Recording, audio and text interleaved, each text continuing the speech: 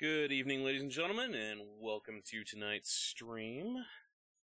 We are trying something a little different now, something I think will catch on really well. For all those joining us, my name is Evan Blade of Revan. Let's see here. So some people were getting sound and some people weren't. Sorry guys, apparently it did not unmute the Discord.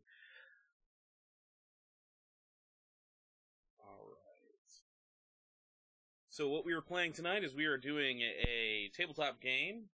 Tonight's tabletop game is Orpheus, Ghost Stories for Ghosts. We are playing Season 1, Don't Look Back. Joining me are my players. Let's start with Grinning Crow up there in the corner. Go ahead and No, I'm sorry. Yes, I'm Grinning Crow. I was a Twitch streamer. I've since semi-retired. I will be playing Guy Bernard. We'll learn more about him tonight. Fair enough. Let's go next to Skittish Cat.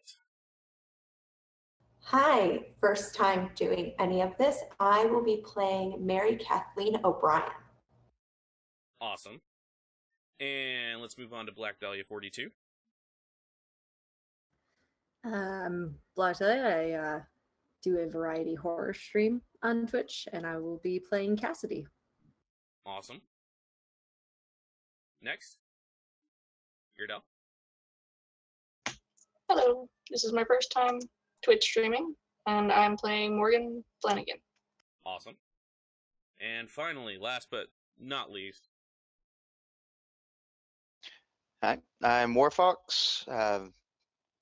I've player in another Twitch stream for 40k, but this will be the first one of this scale, and I will be playing Lee Blaylock. Awesome. All right, so without further ado, how about we just jump straight in? How does that sound? Sounds great. All right. So, background for our game. This is a horror game. It is based on many, many ghost stories and all of the deep, dark horror things that go bump in the night. This is a game about ghosts for ghosts. Let's start off with an intro with one of our characters. Who wants to go first?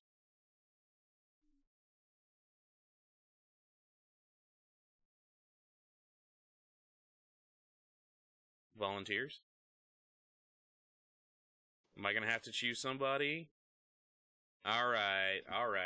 So, let's start with Eeny, Meeny, Miny, Mo. Which one of you guys do I not like the most? Let's start off with Warfox. I see how it is. Yeah, that's how it is. So, you are... Hang on one second.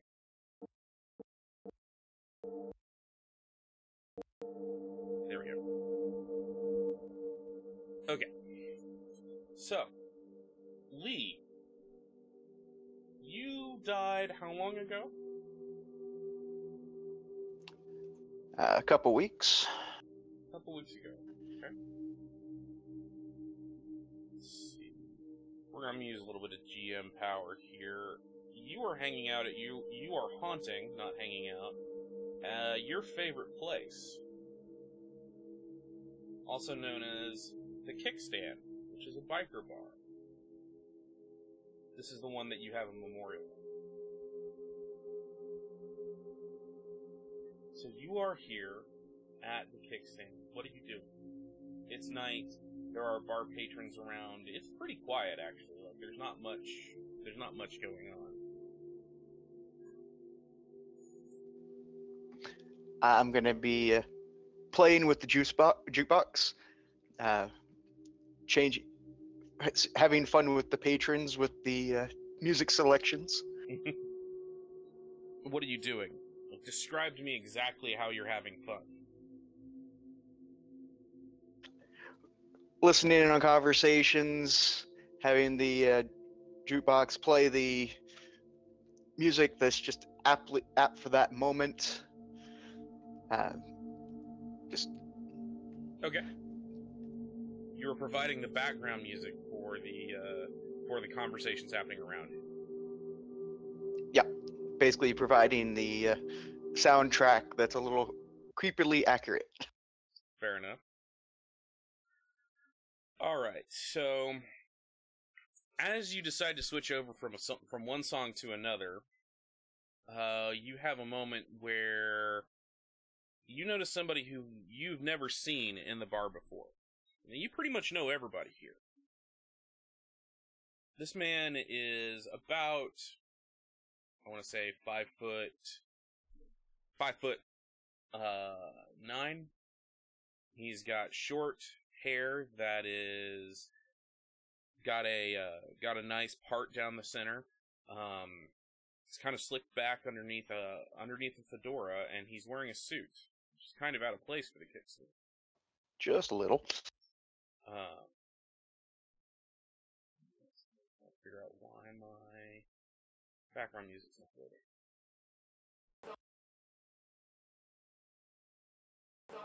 There we go. It's actually a pretty lively night here. So you see this guy, and he's kind of sitting here at the bar. Every time you change something on, I'm assuming you're inhabiting the Yes. the jukebox. Okay. Every time you change something on the jukebox, he turns and looks at you at the jukebox, and tilts his head. And you get the feeling he's not looking at the jukebox, he's looking at you.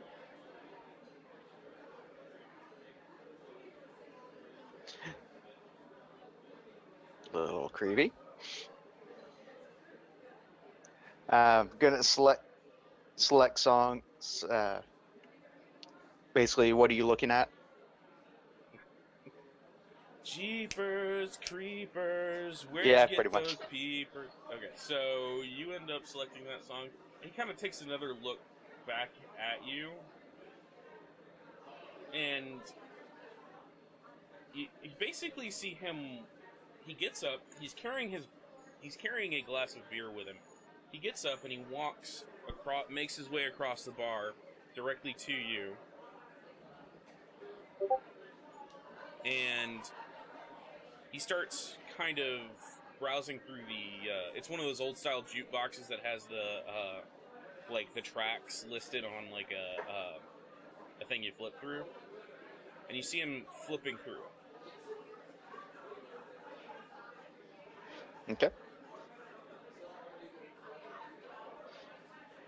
Let him flip and Okay. see where he's going to take it. So he flips and he selects. He puts some money in there and he selects. Let's see. What's a good song about ghosts? I mean, he selects. He selects "Riders on the Storm"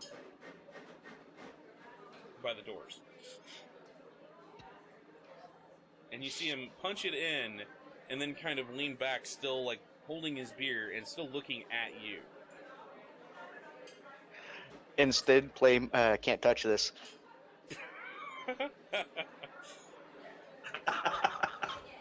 The bar laughs at the song selection. Just this general like laugh. You see he kind of shakes his head and goes back over to the bar itself.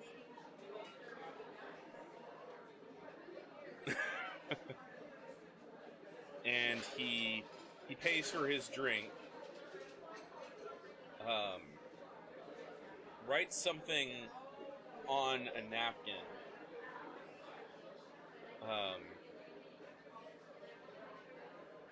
And walks back over to the jukebox, puts it on the front of the jukebox, and leaves. Switch to the... After the song ends, I'll switch it to I'm Bad. And then exit the juice box to read what he wrote. He wrote specifically, if you're bored, if you're as bored as I think you are, meet me outside. oh, The proverbial gauntlet has been thrown. I'll go ahead and drift outside, see what's... Okay. Walk outside, and you see the same man leaning up against an old Mustang. Looks like it could use. It's one of those cars that looks like it needs work, but it's not one of. But it's not so much not taken care of as he could spruce it up a bit. I know that sounds weird. It could stand some sprucing up, but it's fine, pretty much. It'll run. And he's just sitting there. He's smoking a cigarette. It's a balmy evening out. It's been more or less cool recently, but it seems that some storms have blown in and humidity is getting up. Okay.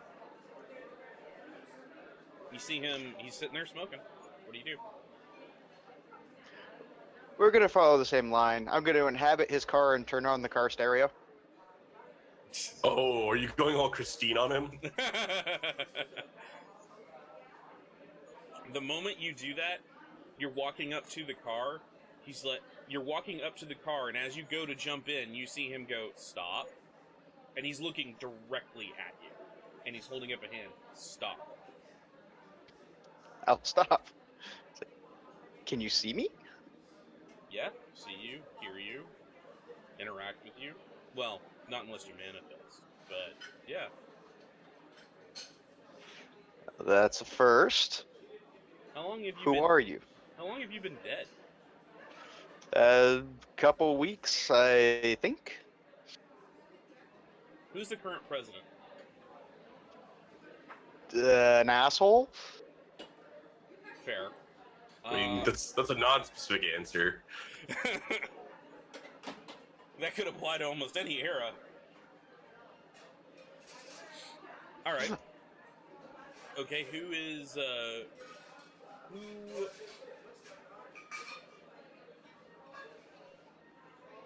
won the Battle of San Jacinto?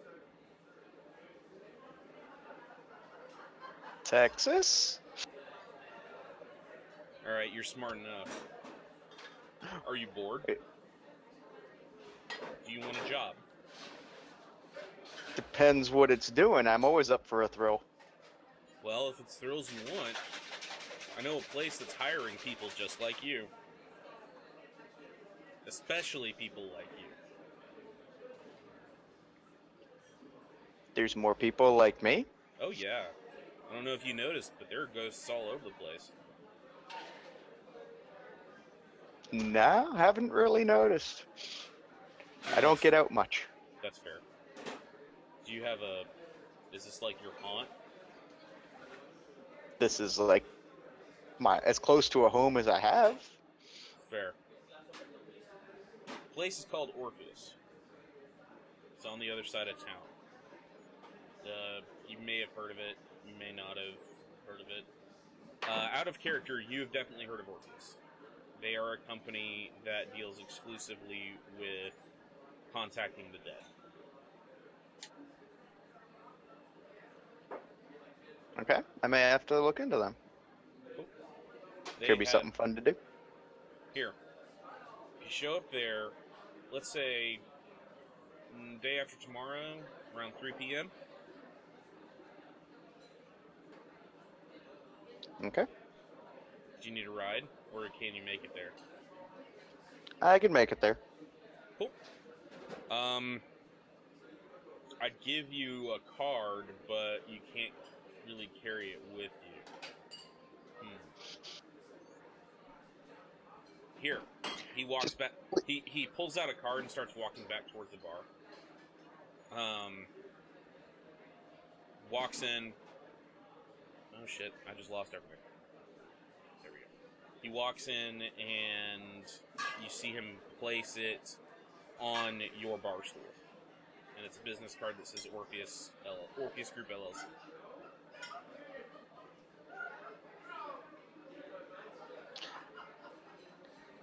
Alright, I will repossess the jukebox and play a song of thank you. Fair enough. Hey, I gotta stay entertained somehow. He gives the jukebox a wave and leaves. All right, let's jump to someone else here. Who wants to go next? You said 3 p.m.? Yes, 3 p.m. day after tomorrow.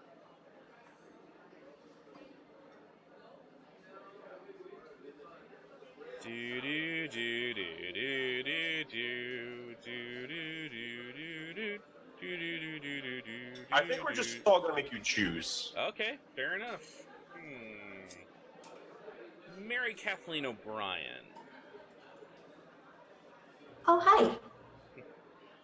All right, so it is Monday. At about 2 p.m. in the afternoon. What are you doing? 2 p.m. in the afternoon. That's when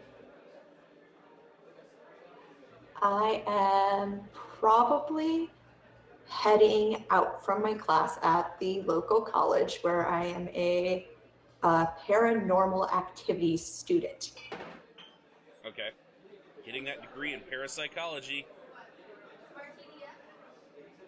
Yep, it's going to totally pay the bills, guys.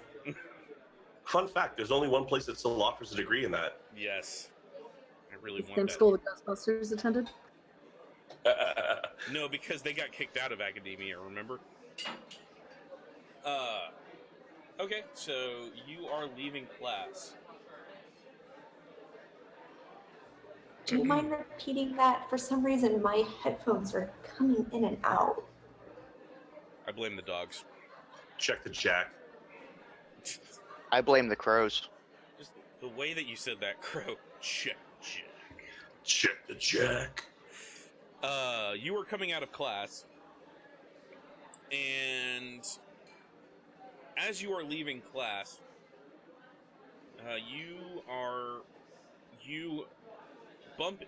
literally bump into a woman. She is short. Like, she's not a really tall woman, but she's not abnormally short. Long red hair, tied back in a tight ponytail. Similar to your characters, I believe. And you see her, as you bump into her, she drops some flyers on the ground. Oh my God, I am so sorry. I'm so sorry. Here, let me help you pick that up. Oh my God, I'm so sorry. I'm so sorry. It's fine. It's fine. It's fine. She's like, it's fine. It's fine. Don't. I should have been watching where I was going. I was moving way too quickly. As you're picking up the flyers, you spot a name typed out as though it's a dossier. Orpheus Group, LLC. Here's your papers back. Again, I'm so sorry. Oh, I think we were talking about this in my professor's class the other day. Talking about what?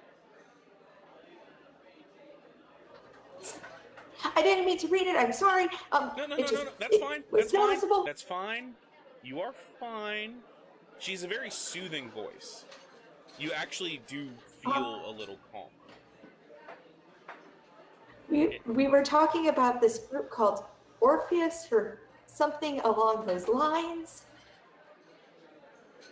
Ah, okay. So you were talking about Orpheus in your class? Which class was that? Like Ghost 101 is the one, what the students call it. Oh, and what is Ghost 101? What is its actual name? Intro to Paranormal Investigations and the Studies of throughout the American History. Ah. So I take it you have a... So I take it you have an interest in the subject of the paranormal? Yeah, I mean, it's very fascinating when you think of all the things that could be out there. I mean, I'm not saying, oh, there was this one time I was out in the cornfields and, little green men took me, but I'm saying like there are really cool things that could exist just throughout the fabric of the universe. Well then, I'm glad to see you're so open-minded about this. For the way, my name is Kate Dennison. She offers you her hand to shake. It's a pleasure to meet you, Miss Dennison. Take her hand to handshake, but trying to juggle books and the papers I just picked up and try not to drop anything else as I'm doing all of this. Fair enough. She manages. She seems to have a bit of poise, though you can tell that your attitude is kind of making her giggle a bit. And she's still like, you can calm down. I'm not a celebrity or anything. I was actually about to go see your professor. Could you show me to his office? Oh, class just let out, and I think he has like an hour between the next one. And yeah, you should probably see him. I'm sure he would love to get some more information. So, not all of us we have something to go home and tell our parents of, hey, we're not going to be flipping burgers. Fair. Could you show me where his office is? Of course, and I'll lead her to the classroom. Okay. Or the office. Yeah. I'm assuming you're a good student, so you know exactly where his office is, so that you can talk to him. If I'm wrong. Yes, I'm also. No, I am a good student, and during this, I'm babbling on about like how I've saved up to go into this program because my parents think that it's actually a waste of time. Of course, they want to save up money for the boys to go to school, so the idea of me going to school, with me and my 7 siblings. You and your 7 siblings? You have a very large family. Yes, my parents are very old school Catholic. They believe that contraception is the work of the devil. Ah, okay. It's one of those. Okay, I understand that completely. It's right here then, is it? She points to the office. She points where? I'm sorry, you cut out. Oh, sorry. She points to the office, your professor's office. Yes, that's the office right there. He should be in there right now unless someone held him up, begging for, an extension on our paper. Fair enough. Well, here, why don't you come in here with me? I think you'll get a lot out of this conversation. I will not say no to the nice lady who, hasn't pulled any of this against me yet. So she knocks on the door. There's a very gruff yes. Crap, now I gotta think of a name.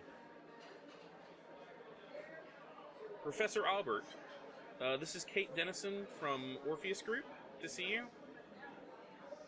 Oh, yes, please, come in.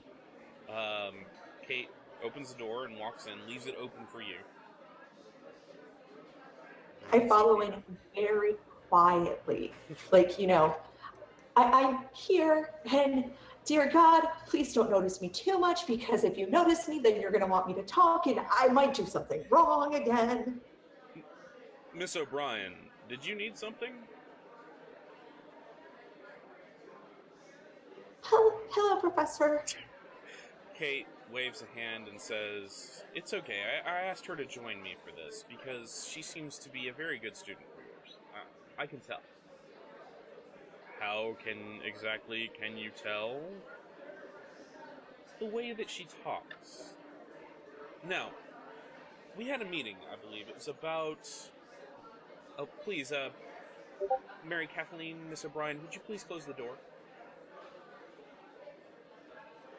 Of course, close the door and, stand close to the door, as quiet as possible, because I am the guest here. So, she kind of sits down and gestures for you to join her at the chair next to her. Turns to... I need to change this because you guys are not in a bar anymore. I mean, it does kind of sound like a classroom, but... Yeah. Let's see.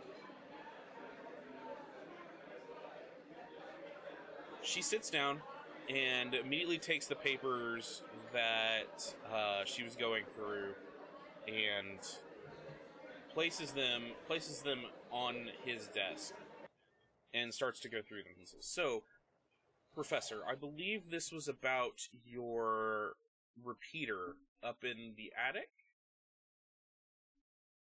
Kind of looks at her with a he looks at her, then looks at you, then looks back to her and says, Is this something we need to talk about in front of one of my students?" If I have to go, I will completely go. I understand if I should not be here. No. Please sit down. It was actually something I was going to bring up to you, Professor. She's one of our new interns.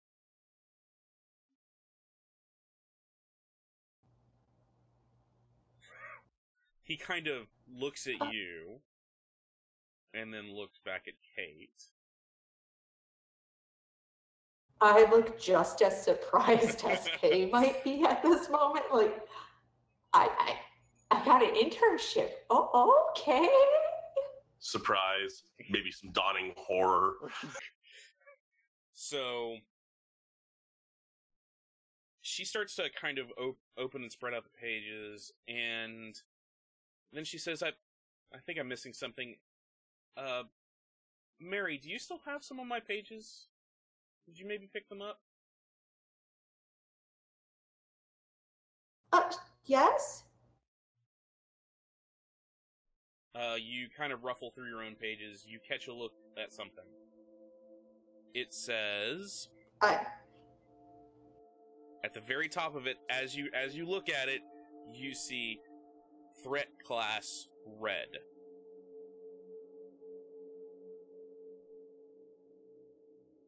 It says what? Threat Class Red. I didn't read this part. I read the heading. It says keyword Threat Class Red, keyword Jason. She immediately sees this. I'm all for a challenge. She sees this and is like, yes, that's it. That is something we'll deal with at another time. She looks directly at you when she says this. Okay. The following conversation goes over your head a great deal. as they seem to use terminology that is highly advanced, stuff that you really haven't dealt with all that much. But you do catch certain words. Spectre is thrown around. Possessee.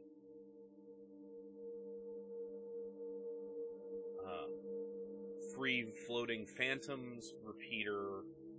At one point, Professor Albert gets out his Tobin Spirit Guide, which is totally a real thing in this setting. I think it's actually a real book. And a lot of it seems to just go straight over your head. Unless, actually, roll me, intelligence academics. I have a dot in academics. Okay. Should I roll for this? Yes. You have the skill. In theory, you can make it difficulty 8. Okay. One moment.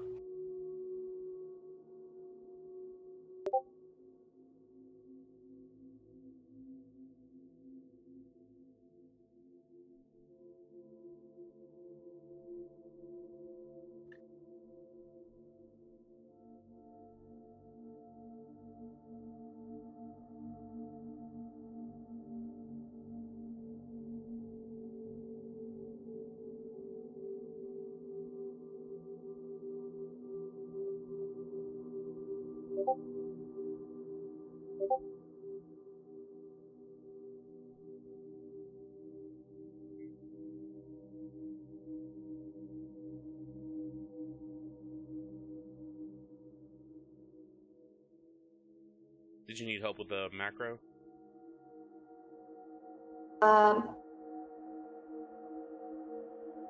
I'm trying to get it off of the roll formula. I have never used Roll24 That's before. What you're going to do So, is you're going to and it was /R going to be my academics and your intelligence. oh.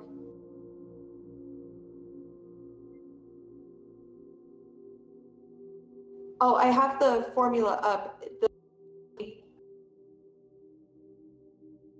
The pool's going to be my academics and which of my mentals? Intelligence.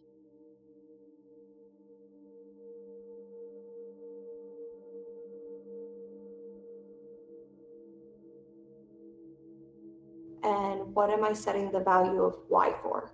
That's the difficulty, and it's going to be 8. This is a hard test. But you still have a chance of getting it. And hey, you got 1 success. Nice. So what you pick up from that is there seems to be some kind of thing that is a repeating phantom in the upper levels of the building. Something about how it's incredibly hard to get rid of. And they specifically use the word fumigation, as though they're trying to get rid of a bug.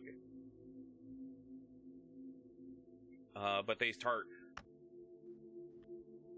You're gonna say something. I'm just sitting there, like, absorbing all of it. Like, I'm trying to make no effort of, like, showing that I kind of understand what's going on, but then they might ask me questions, and then I have to admit that I don't know everything they're talking about. Fair. You do get a lot of commentary about one of the things you do, the mood that you pick up from what they're talking about is there's a lot of this is an actual threat. This is not something that they go in and do lightly.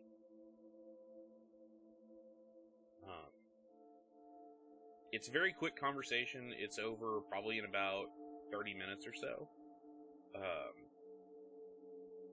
Afterwards, Kate stands up. She shakes the professor's hand, and then turns to leave and says, Miss O'Brien, if you would, we have to go over some of the notes so we can get the other teams in on this. Oh, okay. I will see you tomorrow, Professor, for class. Yes, tomorrow. Don't forget, I want you read up on Tobin's page 400 through 50 through. Excuse me. What was it? What did I say? 400 through. Oh God. You see him going through his papers. 460, that's it. 400 to 460, that's right. I want you to read up on that by tomorrow, and there will be a quiz. Yes, Professor. I will not leaving before her, but try to scoot out the door because, dear God, I don't want the professor to notice me anymore now. I'm imagining like a pudgy man with a comb over and like a small goatee. It's actually me. Oh. Oh, I was thinking, what's the guy with the glasses from the Ghostbusters movie? Egon Spengler, played by the late great Harold Ramis. As you leave, Kate smiles at you and says, "Walk with me for a bit." And she pulls out her cell phone. She dials. It rings. Yes, do we have an opening for an interview? Yes. Agent. Alright. Okay, I'll let her know. I'll bring back all the relevant information. Thank you. She turns back to you. How does 3 p.m. on the day after tomorrow sound? Of course, I'll completely be there. Alright. Don't worry about having to dress really nicely. It's just a small corporate job. Okay. One other thing. Don't mention anything about your family in the interview. Oh, okay. It'll be nice working with you, Miss O'Brien, and she offers her hand. It was a pleasure meeting you, and thank you so much, and I can't wait. She takes your hand, shakes it firmly, and walks off. Where do you go? What do you do? How do you react? There! I told you so, Mom! Love it. Absolutely love it. Alright. Yes, that's exactly what happened, Warlock. So, let's jump to another person. Eeny, meeny, miny, Crow. I knew that was coming. I knew that joke was coming. So, Crow, where is Guy, and what the hell does he do right now? What the hell is he doing in this city? I imagine that Guy kind of like washed up here. Mm-hmm. After the events in places undisclosed. I imagine that he kind of like Cain wandered Cain wandered the earth, and then Kung Fu: The Legend continues. Except that it was like this weird binge of alcohol and drugs. So he's probably like stoned or drunk out of his mind in like an alley smoking a cigarette. So kind of like Cassidy's kind of person. Yeah. Fair enough. Black Dahlia totally didn't hear. So does he have any way of contacting like people to contact him? No, I mean it'd be probably like kind of like the same kind of like city blocker or two. I kind of imagine he's kind of like homeless, so he might be like tied in with like the homeless community a little bit. So like this hobo knows this hobo who knows this guy. Fair enough. All right, so one of the things that Guy is used to. Guy is very used to getting hassled by the cops. He seems to get hassled by the cops more than almost any other hobo in the city. At least that's what it looks like to him. It's because he's French. So, he's a French hobo. This means that he gets only the best Boone's Farm. So, Guy is on the street, and as he as he's stoned in the gutter right, at the moment, right? Yeah, probably. Alley, gutter, park bench. Make the decision. Park bench. Park bench. There we go. As you're trying to kind of sleep it off, you have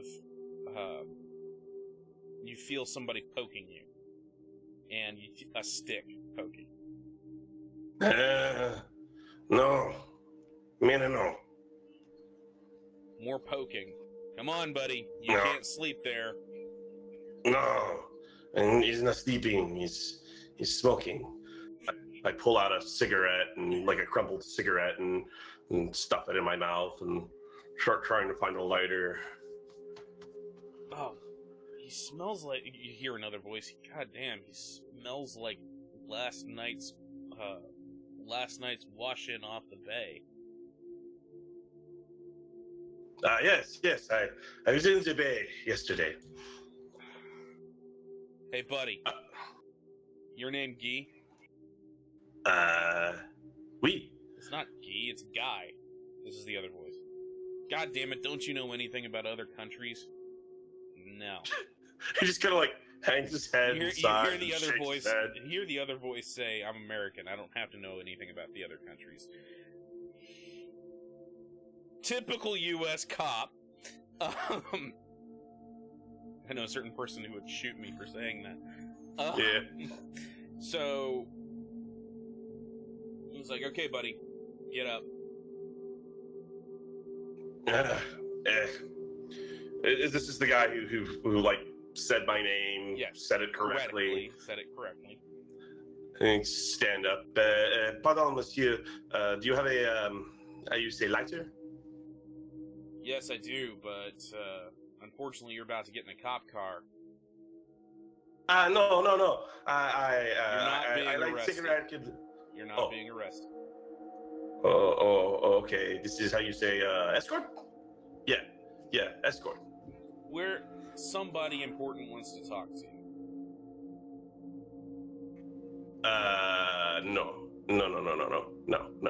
No. He starts kind of like backing away a little bit. It's, buddy, we gotta bring you in. I don't think so. No. Like the accent starts dropping, and it's just no.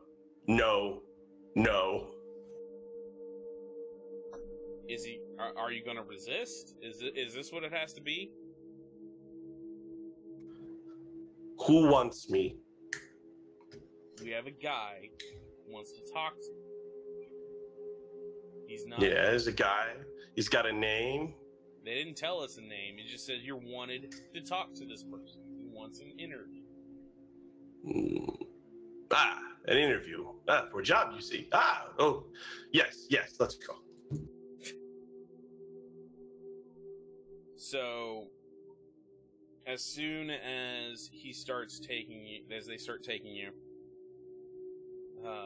one guy's behind you. The guy who didn't pronounce your name correctly, he's behind you. The guy who did is in front of you. They take you to a cop car, and they open the door for you. Merci, and like I get in. Mm-hmm. This is one of the more newer designs of police vehicles, so it could be comfier. Yeah, the big plastic back bench. Yeah, the divots for people who have their arms behind their back and all that.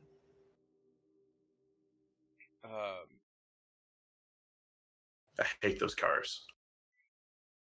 As you are getting in, you see another person kind of walking up to the cop car.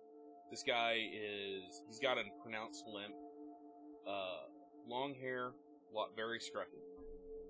He doesn't look like a homeless dude because he looks showered. Walk up and say, like, so, why are you, he just turns to the police, why are you arresting a bum?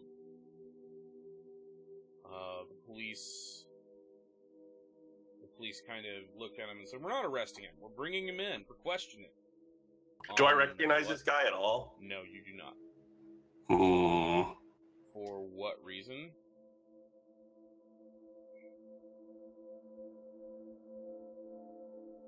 They start to argue. We're not going to do NPC theater. I want you guys to interact as much as you can with the NPCs, not the NPCs interacting with each other. No, it's fine. I have no handcuffs. See, no handcuffs. All right. He kind of looks at you and he says, "Look, I know a bail bondsman. In case things go awry." He pulls a card out of his wallet and hands it to you. I take the card. The card says Orpheus Group LLC. Oh, of course it does. You recognize it right off. You know exactly what Orpheus is. I know a bail bondsman. Give this guy a call. He'll set you up. Merci. Thank you. Thank you so much. In case things go awry. And debated. So they load you into the cop car unless you try to run, which I don't think you were going to. No.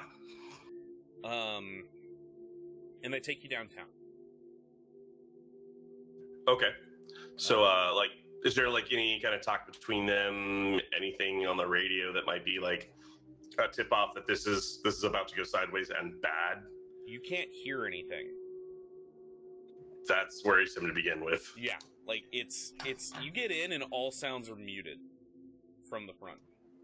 Fuck. All right. They drive. You notice that they take some very windy routes. They're obviously not going straight to the police station. I rap on the glass. Monsieur, pardon. Yeah, it's muffled, but you can hear him. Yeah. Where are we going? This is not the way to the police station. We're going to the main station downtown.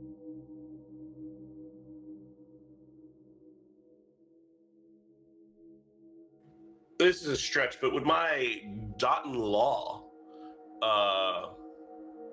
let me know that that's not where we're going? That doesn't add up. You are not even going to have to roll. Right. Things are not adding up. Well, one moment, please.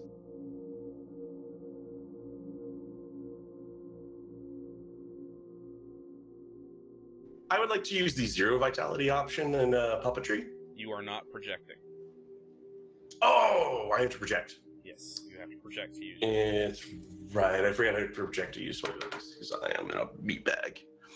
And at this point, you actually don't know how. Oh, that's right. Yeah. Okay. We're in the prelude.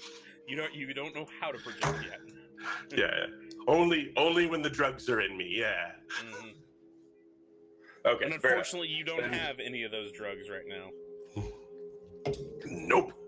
Nope, or I'd be using them. All right, I am going to start kind of preparing and positioning myself in such a way as to assault the first officer that opens the door when this goes bad. Okay. You see they actually pull up to the wharf. Oh, God. Oh, no. Officers get out. And they come to the door and open it up. Pardon. Mm-hmm. This is not the main office. Where are we and what is going on? That was a little bit of a fib. It's still a job interview, though. Is this to test my ability to swim? I am not, as they say, a very good swimmer. Though you probably do need a bath, they're not going to do that. Oh, okay. Okay. I'll step out and I'm still I'm trying to reach into my pocket and find a roll of quarters or anything that I might have on me that I can use to add some power to some punching.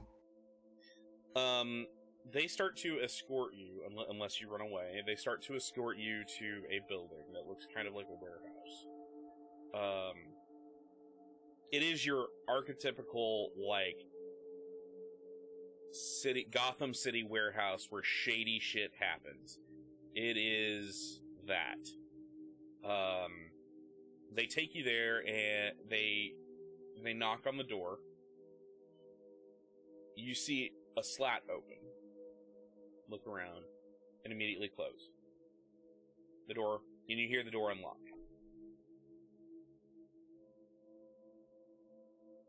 The police officers look at you and gesture to the door. I open the door.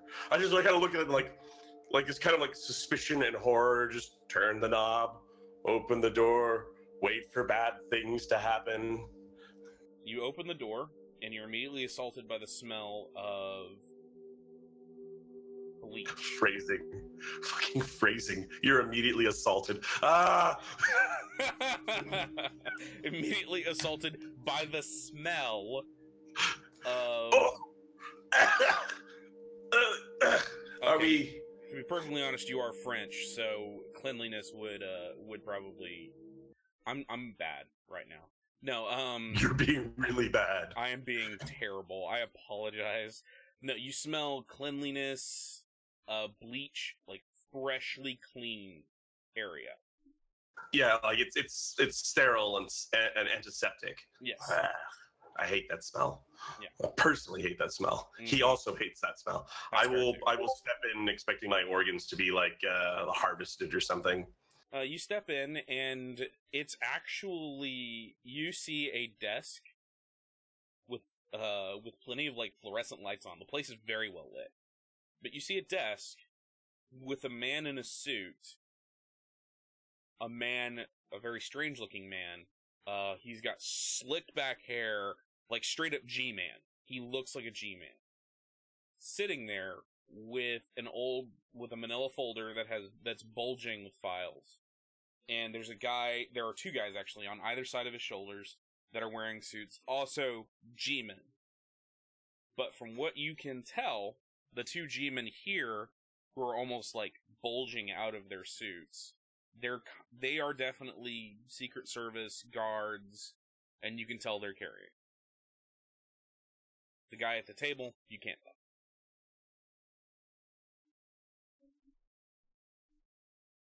This is the point where he tells me that the right man in the wrong place can make all the difference, isn't it? Kind of, maybe, sort of. Okay. I sit down. I mean, these guys have got guns. There's nothing I can do unless I can get close enough to them to do something. So, Mr. Bernard. I sit down. Oh, when I sit down, I kind of adjust the chair. Is it bolted down? Yes. Yeah. Okay. They knew who they were dealing with. The chair. He sits down, or you sit down. He's like, Mr. Bernard, good to see you. He holds his hand out. I'm sorry, you have me at a loss. I don't know your name. Mr. Smith. Of course. Mr. Smith, do you have a lighter? Yes, I do. He actually takes it out, and he doesn't hand it to you. He sets it on the table in front of you. I grab it and light the crumpled cigarette that I had shoved back into a pocket at some point. You see, he opens your file, or the file, and you see it's yours. It's a detailed file on you. You see service records, stuff that normally should be blacked out is not blacked out. I see. You have quite a record here, Mr. Bernard. Well, none of that officially happened, so... Yes, so I don't know what you're talking about. You don't have quite a record. I have quite a record of not having quite a record. Exactly. I work for a specific organization. This organization employs people who have a specific set of skills. If they have my set of skills, they are a very bad group of people. Bad isn't really the term that we would use too much. Applied violence or surreptitious use of surreptitious training and the use of various things. We give people a place once they have used all of this.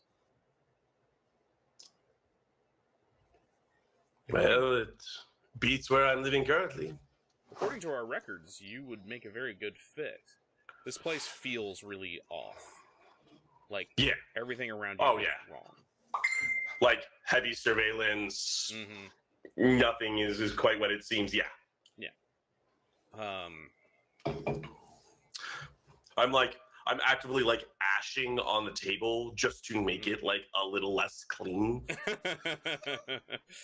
So, as he's still flipping through the pages, but like if he's reading, you cannot tell. We have use for a certain group of people, much like you, and we would like to interview you for a position with our company. What would this interview entail? A little bit of a skills test combined with some hypothetical scenarios. Maybe some scientific and physiological tests to see if you're up to the task of what we're asking you to do. Do you want me to kill the Pope? No one has offered that contract yet. I see.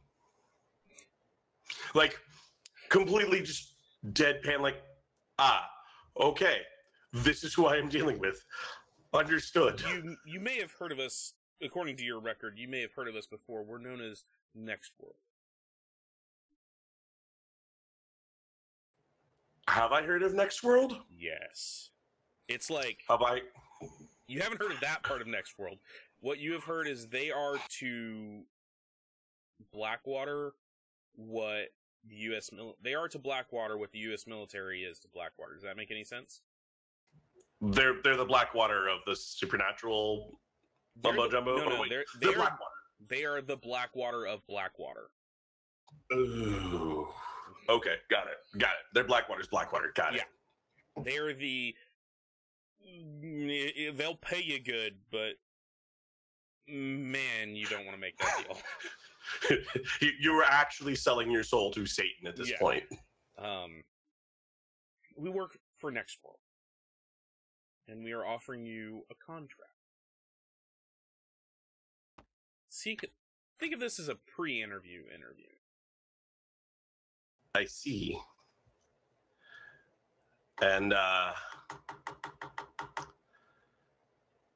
how long do I have to consider this offer? Typically we give 90 days. I'm sorry, you cut out there. We give 90 days. Yes. 90 days I can still continue my life as it is, such as it is, until such a time as I say yes or no. Yes. And he takes out a business card, and which, unlike the one you were given earlier, which was nice and white and had some nice, font and lettering, this one looks like it's actually aluminum. Edges, and it is like black with white letters. And he slides it across the table to you. Feel free to call me. I certainly will consider your offer, and I will look at it. What's the name on it? Smith? Is it just Smith? Not like John Smith? No, it's Donald Gennaro Smith. Gennaro. All right. And I put it in the pocket, the same pocket with the Orpheus one. Thank you. May I leave? Yes. I don't suppose my ride is still here. I can arrange one for you if you'd like. No. I don't want to trouble you. Thank you so much. You're welcome. And I get up and I leave with the lighter. Fair enough. The lighter is actually pretty nice. It is a very, very nice, well maintained Zippo brass. Oh no, okay, nice. Could probably fetch me like $10, $15. Probably. Okay. And I start taking like the most long and circuitous route to the like nastiest, most remote, like nobody is going to be here surveilling you place I can think of in this undisclosed town. Right. Because that's where I'm going. I'm going into a hole. Fair enough. The moment I can get some money together, I call the other guy. Okay. It's not hard to find change, because this city still has payphones. Yes, it's the world of darkness. Payphones still exist. So dark. So grimdark. So grimdark. Rings. The name on the card, on the Orpheus card, is Andrew Mitchner. Rings a couple times. Picks up. This is Mitchner.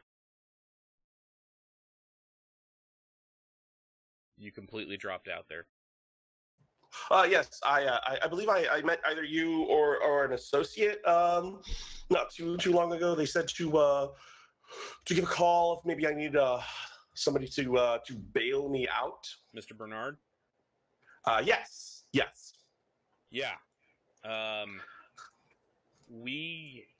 Sorry we didn't get to you quick enough. I don't know what you mean by that, but yeah, I could definitely use a bail bondsman. Sure. Like now. What facility are you in? What's its street address? I am not in a facility. I am at the corner of. Dude, blah we're just asking where blah. you are, so I can send you a car. Oh, I was yeah. playing along with you, damn it. I'm in the corner of this and this. No, he This was actually and that. saying that into the phone. He was saying I was. Yeah, playing no. along with you, damn it. That's what I did. It's just- All right, there'll be a car waiting. There will be a car to you in about half an hour. And I spend a very nervous, careful half an hour, like pacing back and forth and kind of like jumping at shadows, sort of thing.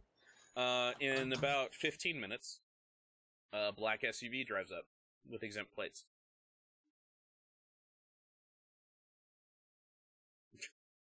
It just drives up.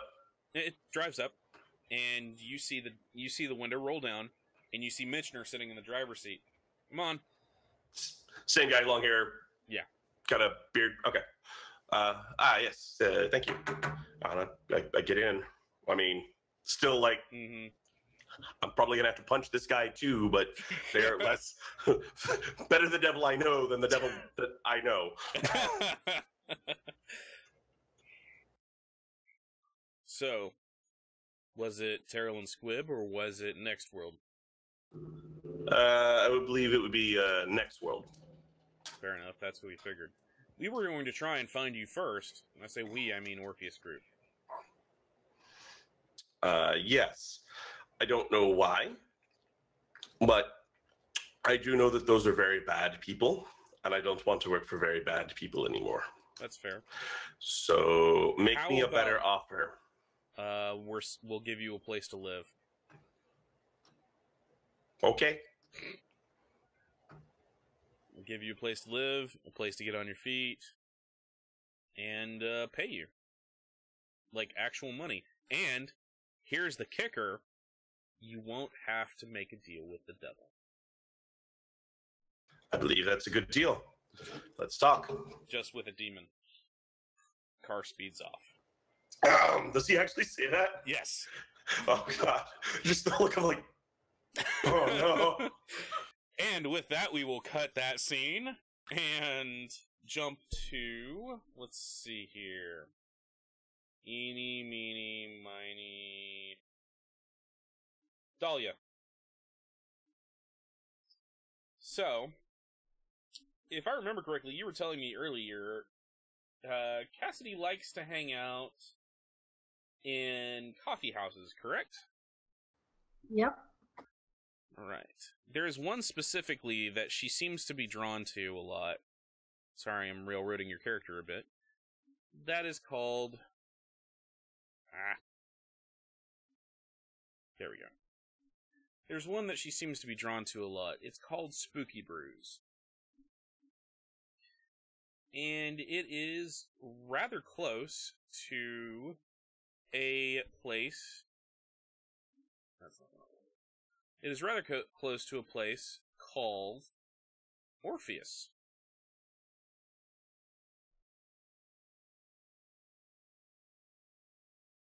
For some reason, Sync Video has decided to stop working for us today. Yeah, it does that.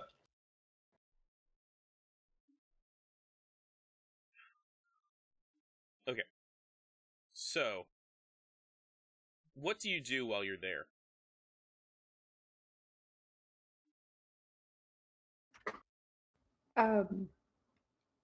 Now, usually I like to mess with the artsy kids who are writing up their stories publicly. Okay. How do you mess with them? I like to pop behind them and, without them noticing, I type over their shoulder and I type in sentences that they're not aware of, usually lewd sentences. Okay. And I'll throw lewd scenes into their stories when they're not looking. Fair enough. This is probably why the place is called Spooky Brews. So, one day you're there, and there is a kid, a young guy, who is sitting and writing his dissertation. Like, this is for school. Oh no. He gets up and goes to the bathroom, but he leaves everything open. What do you do?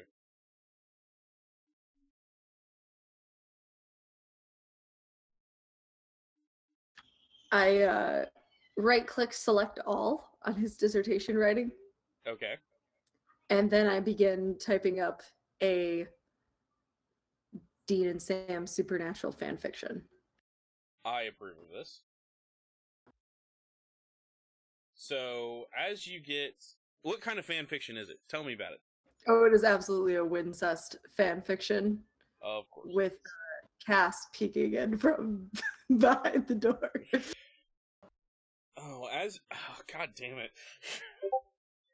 As you are going through and doing this, you are typing. You hear a voice behind you. Oh, that's just really, really mean.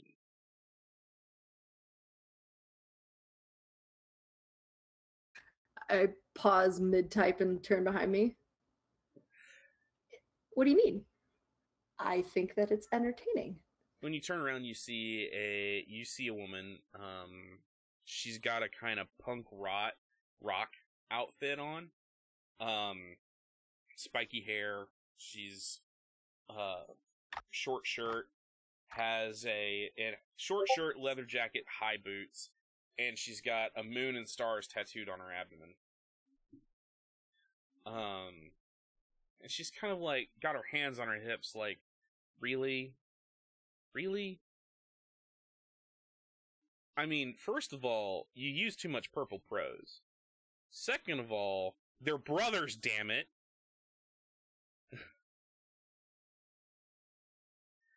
It's then you notice that she's not alive.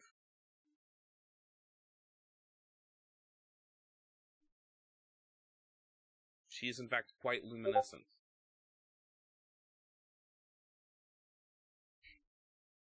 I got a question. How do you notice that someone's not alive? Like, what's that like? They look like a ghost. You can instinctively tell if you have projected. That's part of what Dead Eyes is.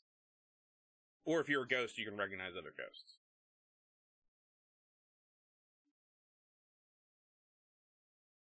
The more vitality someone has, the brighter they appear. Like, they actually appear luminous. Okay. Except for hues, who appear kind of smudged and fading out. She's glaring at you, Dahlia. What are you gonna do? I kind of stare at her tattoo for a bit, And then I look her dead in the eye, and I go, well, arguably, many people would say that lewd scenes for people like us is also not okay, but it's never stopped me before. I don't know about you. What do you mean, people like us?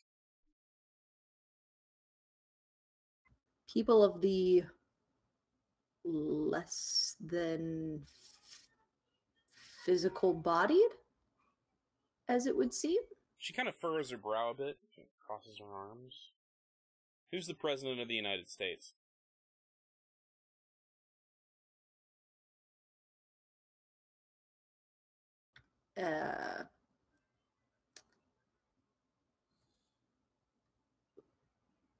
Probably a Republican. All right. When did you die? It might have been about 3 or 4 months ago. I lost count. Okay, this is really interesting. See, normally ghosts like you aren't as cognizant as you seem to be.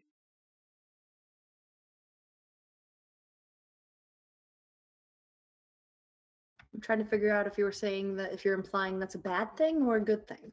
Well, you're a Hugh, aren't you?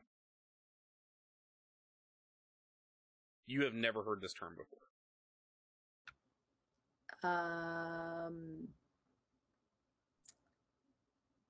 Maybe? What's that? It depends on what that is. It's a type of ghost. Well, you recognize that you're alive. That means that you're important one way or the other. Yeah. Would you like to do something more with your time? I mean, what more can I do with my time than this? I have a very active imagination that I could be offering to people here. Yeah, but would you like a job? A job?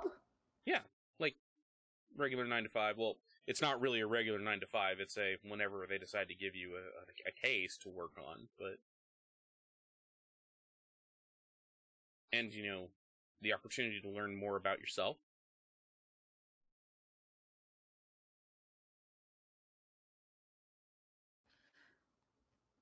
I mean, what do I get out of the job other than learning about myself? Well, typically people like us have really no use for money, but I mean, you could do a whole bunch of other things for money.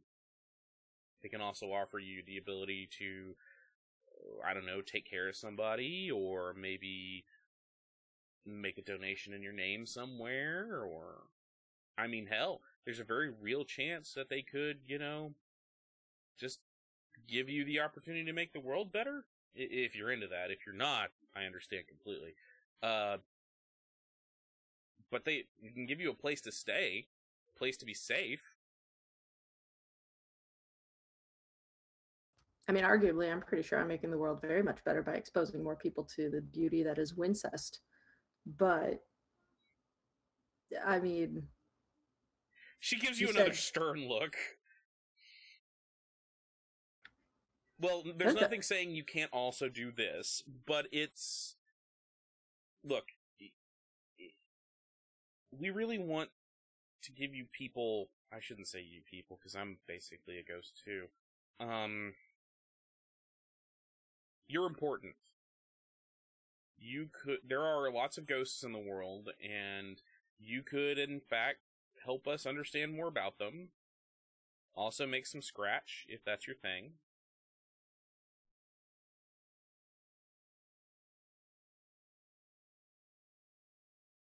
Or just, something to do with your spare time that doesn't involve ruining people's dissertations. How is this ruining? This is very well written, thank you very much. Like I said, you use too much purple prose. Oh, there wasn't even any foreplay. You just went right into it. You don't know their history. What if they don't like foreplay? Excuse me. I have watched Supernatural since the very beginning Do not tell me I do not know the history of Sam and Dean. Maybe Sam likes it rough. Plus, we all know it's Sam and Castiel is the OTP. Sam and Cass is so overplayed. Ugh, but it has to be. You have to tie up the spares. I mean, like, because you obviously you can't put Dean and Sam together because Dean works perfectly with Death. Why does it have to be only one? Whatever happened to sharing? I thought sharing was caring.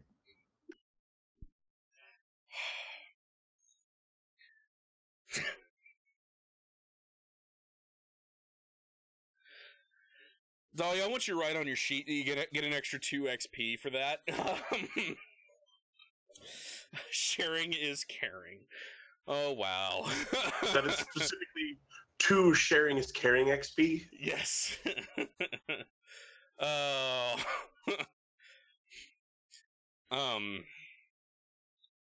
Fair enough. I get an idea. So we have a lot of people who work for us, and we have a place where you can literally sit down at a computer, and it is safe for you to manifest and type out whatever you want, and you don't have to steal this space from anyone. And we have a permanent website, Wi-Fi connection, as well as hardline that allows you to do this anytime you want. Anytime I want? Anytime you want, as long as someone else isn't using the computer. And even then, you can talk them out of it if you take your turn.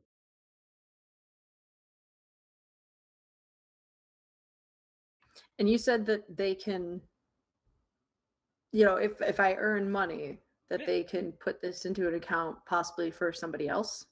Oh, yeah, they do it for me. I mean, what do I have use for money? So they can put it in for someone alive to help take care of them? Oh, yeah. Okay. All right. Well, you've piqued my interest. That was the idea. We're gonna head across the street. Come with me.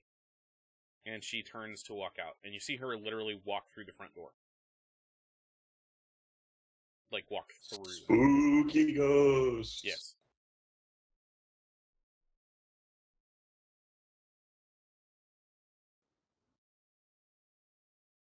By the way, my name is Annie Harper.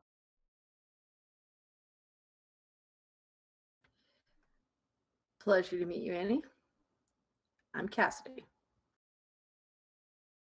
And she starts just walking down the street towards the nice-looking building that looks like just a generic office building. I follow behind her, a very skeptical look on my face since the building looks standard and unremarkable so far. Okay. And we're going to pause there and jump over to Morgan. Morgan, what are you doing? How are you spending your time?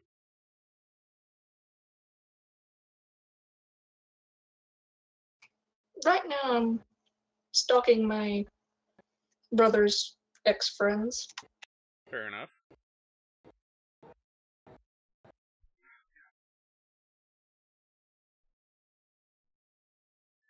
You're stalking them. Where are you stalking them and how? Are you Facebook stalking them, or are you... Facebook stalking. Ah, okay.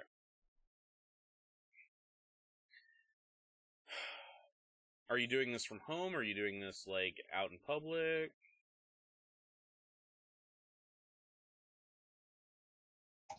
Probably sitting at a bar with my laptop open. Fair enough. So,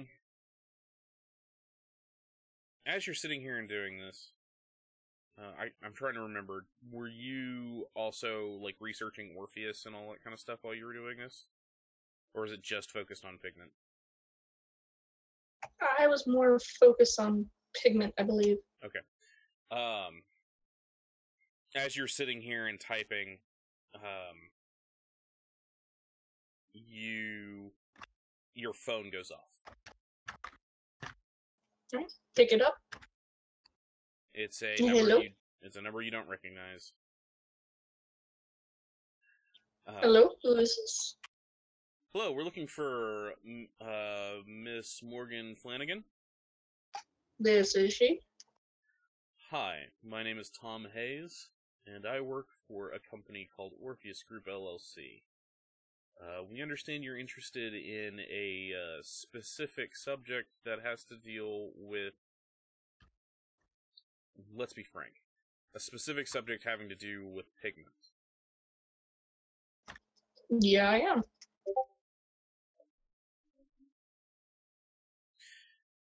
All right. We're calling in regards to the fact that you've been very present on a lot of. Oh, I'm trying to say this correctly. We're calling in regards to this because we think that we may be able to help you. How so? Well, Orpheus has a vested interest in the pigment trade, as in putting a stop to it. Hell yeah. So, to said end, we are interested in helping you.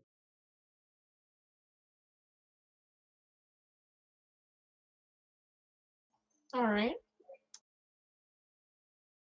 We're here to offer you a job. A job. How? Like, what do you mean?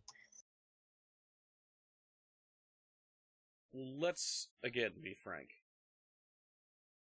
Hunting pigment dealers is not healthy, especially not doing it alone. We're offering you a bit of a way to protect yourself.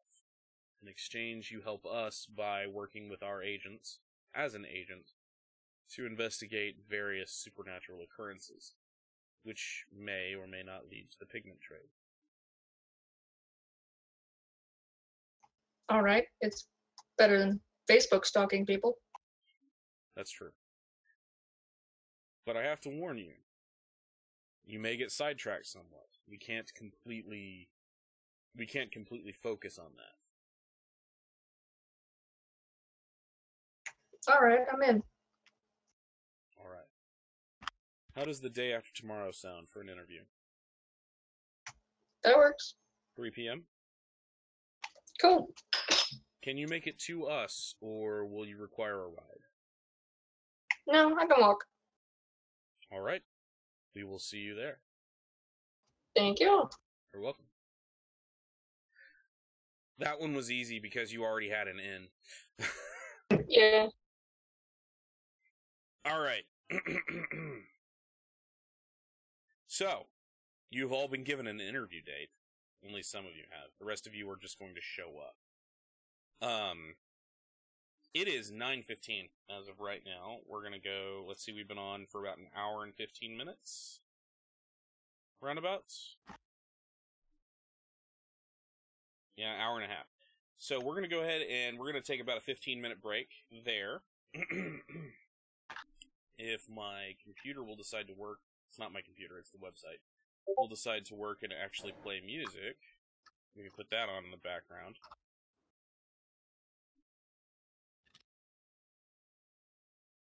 But I don't think it's going to. Alright, we're going to take a 15-minute break and come back. If anybody has any questions, feel free to throw them in the chat. And Crow, you'll stick here until basically I come back, and we'll run that intermission. That is the wrong thing to be clicking on.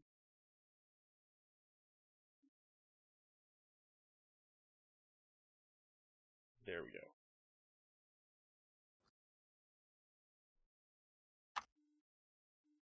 Alright guys, I will be back in a little bit.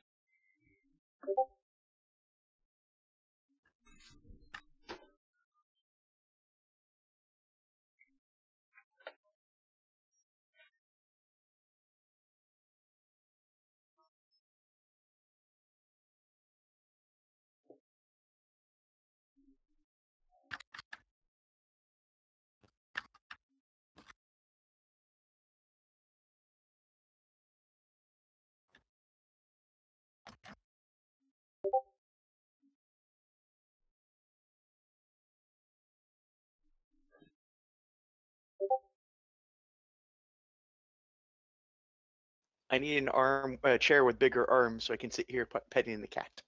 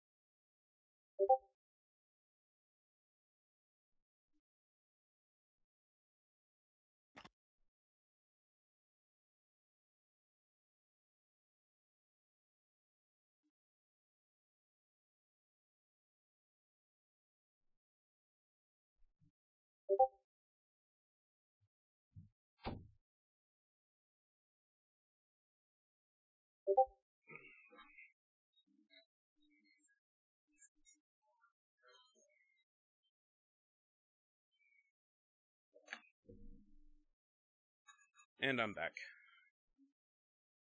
And I'm gonna step away for how much time do I have? We've got another. Well, we got another like 8 minutes. Okay, I'll be right back in about 6. Okay.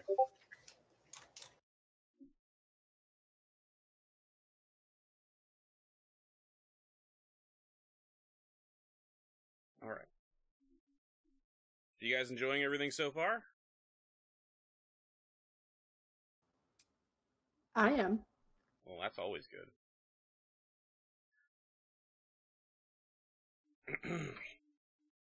Fumbled over my own words. I wanted to stare at the chick's ass as she walked away, but then she distracted me with telling me her name.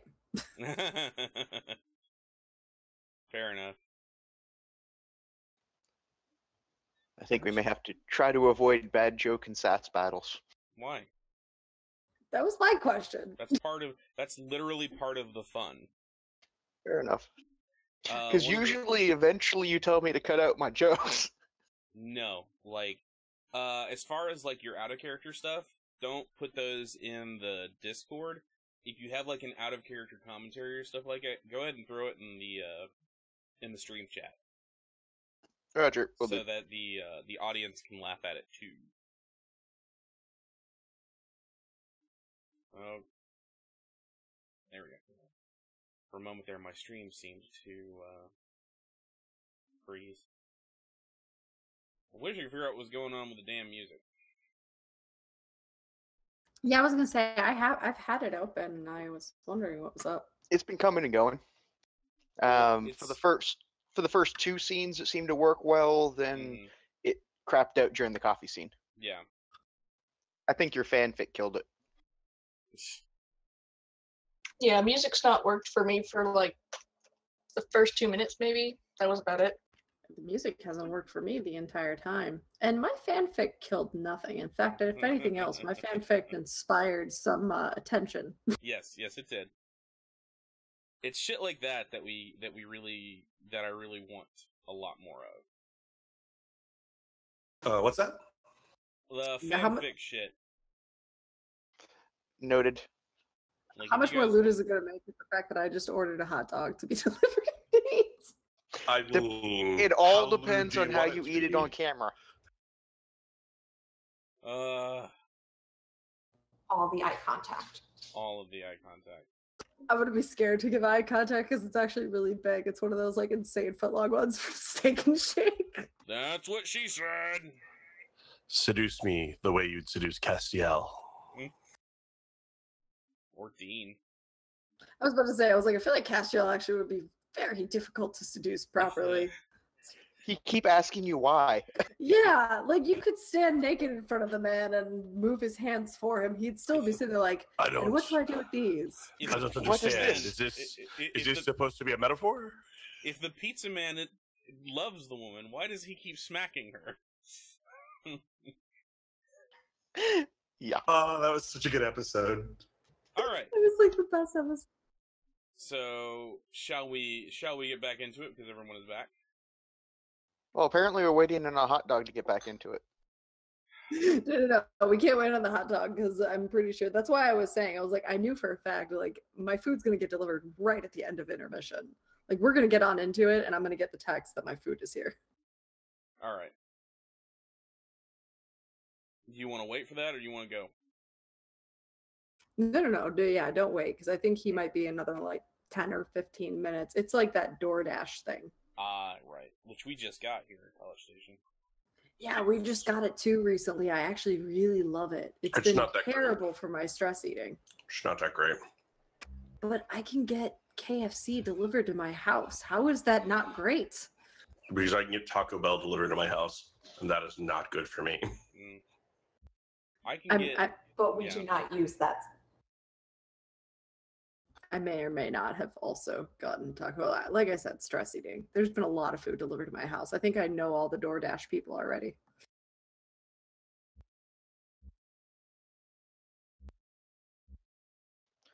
The day they invent Specs Dash, I think I'll be doomed. Fair enough. Amazon Dude. Prime in some cities delivers alcohol. Yeah. Oh, there are been companies in Houston that will deliver wine and beer. I don't know why that's Yeah. not available here yet. I live in a college town. How is this not a place to deliver alcohol? Liquor laws are different, in, like from county to county in a lot of places. It's really complex. Fair point. Alright, I'm going to create a new room. And hopefully this will work. For the audio? Yeah.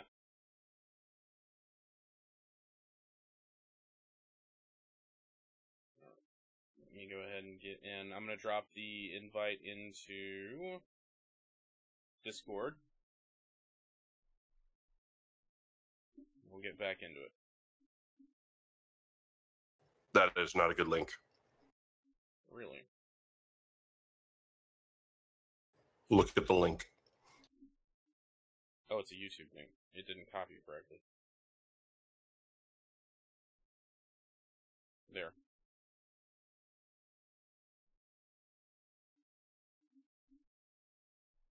And I'll try not to possess this music list. I was having a lot of fun with you possessing the juice box. Yeah. I think someone's going to have to get an MP3 player, and I'll just travel on the MP3 player, provide mood music. Fair enough. We'll get a bunch of really bad porn music for your Sam and Dean fanfics. Or you just have to appear out of the MP3 player like, let's get it on. All right, so my people who are organized for interviews the day after tomorrow, which is 1, 2, and 3. MK, when do you show up for said interview?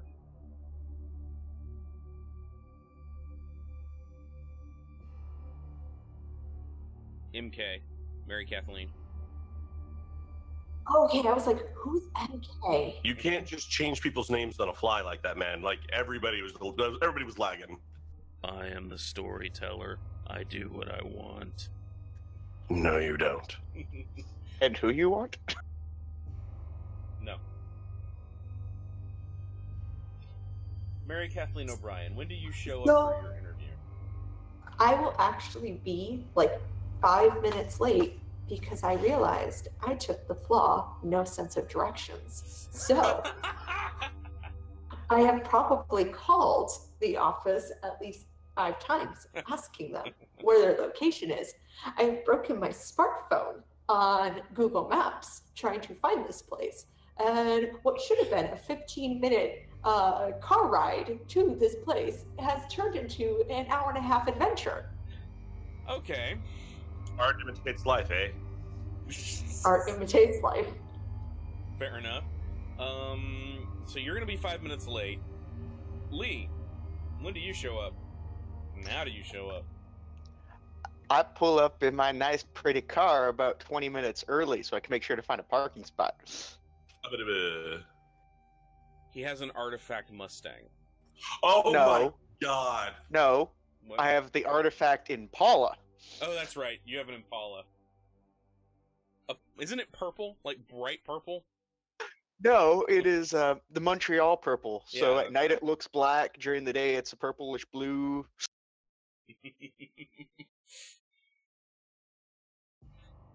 I think I killed Crow. Guess how many artifact dots that actually costs? The paint job? 3. Not the paint job, just the whole thing. 3 for a car.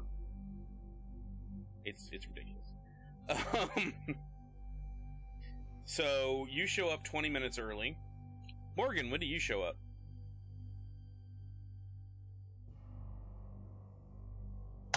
Third minutes. 30 minutes? Yeah, I got nothing else better to do. You beat everybody there. All right. As those 30 minutes are, as you're showing up, how do you show up? I walked in the front door. Like, did you ride in a car? Did you use public transportation? Probably got off the bus. And Okay. just came in because I was way too early as usual. So as you're riding on the bus, you see a black SUV with exempt plates pulling up basically to a checkpoint. A man leans out, scruffy looking guy with long hair and mustache and beard, hands over an ID and gets buzzed in. What's strange about this, what catches your eye is that exempt plate. And it's going into a parking garage that seems to be part of the very building that you're headed to. Huh. Alright. Speaking of, that's the building you're heading to. While Yeah, I think it worked there before. while you are seeing this, Cassidy, this catches your eye as well. What kind of building has or what kind of place has exempt plates on their car?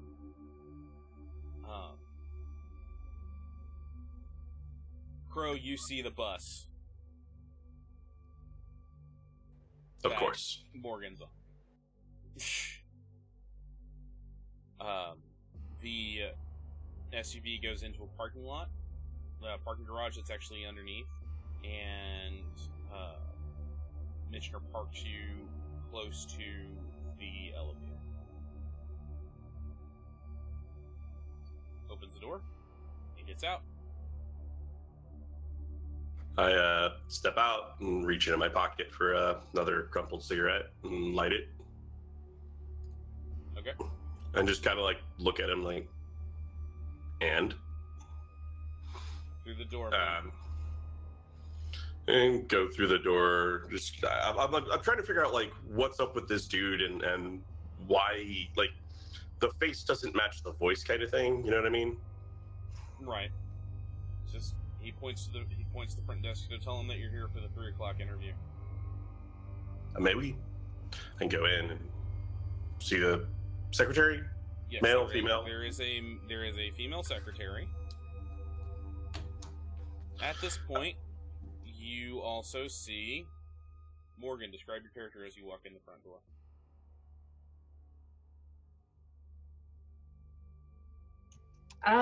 Wearing all black as usual. About shoulder length, dirty brown hair. Okay. About 5'6". All right, Crow. What does she see? You see a guy about medium height. He looks like one meal away from like absolute barbarism. Salt and pepper hair, beard. It's kind of like, it's got that greasy sheen kind of slicked back. Like, this is not intentional. This is just like an artifact of the environment kind of thing.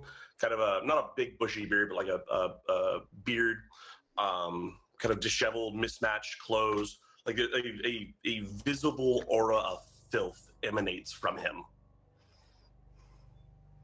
And he's sitting there just smoking this like comically pathetic cigarette. As soon as you walk in with the smoking cigarette, the receptionist says, "Please, sir, this is a no smoking area." He just stops, looks at her, and drops the cigarette and puts it out.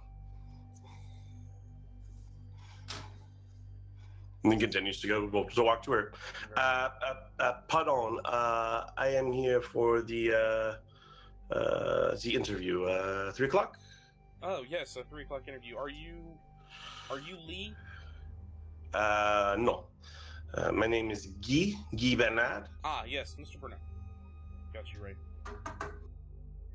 She kind of writes something down and types something, reaches over, answers the phone. Yes, Mr. Bernard is here for the 3 o'clock interview. Uh-huh.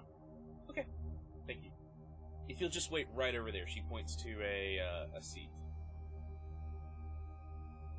She puts to a what? A seat, like a chair.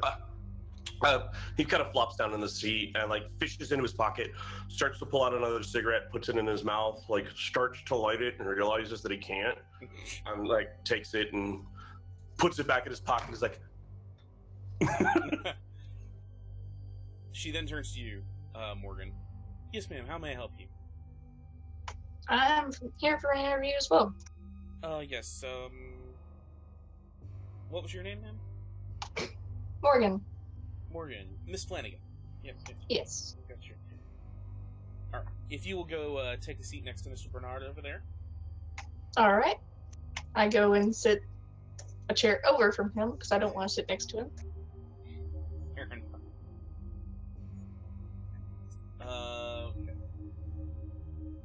Cassidy, at this point, you walk in. You see the two people who have been described. They do not see you. You You see Annie. I have projected before. You have not. You have not projected as an actual skimmer. Okay. It's So you don't get dead eyes until you do it on your own without the use. Oh, okay. Got it. You haven't done it intentionally. Yeah, that's pretty much it. You haven't done it intentionally yet. That's what she said. Cassidy, you see the two people. Then you see Annie walk up, and she walks over to the receptionist. She kind of focuses a bit and starts to gain some solidity. Morgan, you see a woman, as I've described her before, literally appear out of nowhere right next to the receptionist. What the fuck? Like the character kind of stops and like kind of rubs his eyes and kind of checks in between his fingers and his arm kind of. Did I take something? No. Huh. She kind of leans over to say something to the receptionist who. Ah! Don't do that. Sorry. I have a person here who would like to apply to the job. Well, we have a 3 o'clock interview slot open. Where is she? Looking around. Annie points to you, Cassidy. She's in that general area. Okay. Go ahead and have a seat. We're still waiting on 2 others right now to show up. What's her name? Cassidy. Cassidy. Annie turns to look at you. What was your name again? It's just Cassidy. Okay. So just Cassidy. Okay. Got it. Alright, she'll be added to the docket. Thank you. And Annie kind of looks back at you and says, good luck! And you see her walk off. Well, but how did you... Where are you going? How's anyone supposed to talk to me? They just think I'm an imaginary friend standing around here. Damn. You see the receptionist hit some buttons. Yes, we'll need... Oh, wait, do we already have one? Okay. Alright, thank you. Hello? Yes? What the hell is going on here? Were you not briefed on what we are? I guess not. Because unless there was something in the car, what is that? What are you pointing at? Cassidy. You don't see Cassidy. Cassidy is not, unless Cassidy sorry. manifested. Oh, where the other person was, like next to where Cassidy was. Oh, that was Annie Harper. She's one of our agents. And she can teleport? No. Well, I don't think she can. That may be one of her abilities, but I don't think she has that one. I haven't seen her use it. The fuck? What? He's just like leaning forward with that like I must be high look on his face.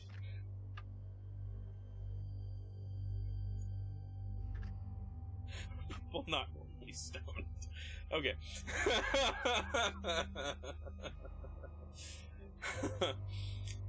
Oh, I love you people. It is about at this point, Lee, that you show up.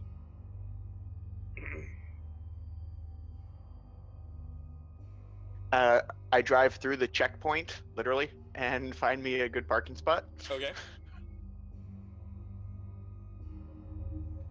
Wait, is it like an ephemeral car? Yes. Yes. It is a non-manifested artifact car. I have a ghost Impala.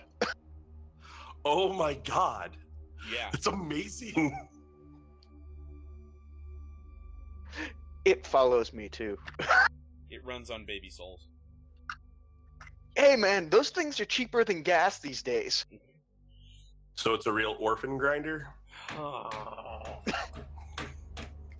That's not till book 6. Alright, so yeah. Park the car, get out. Okay. Walk into the doors to the lobby. Is the secretary working on her computer, or what do I see? You see the secretary working on her computer. You see the 2 people who have been described already. Then you also see... Dahlia, please describe Cassidy for Lee.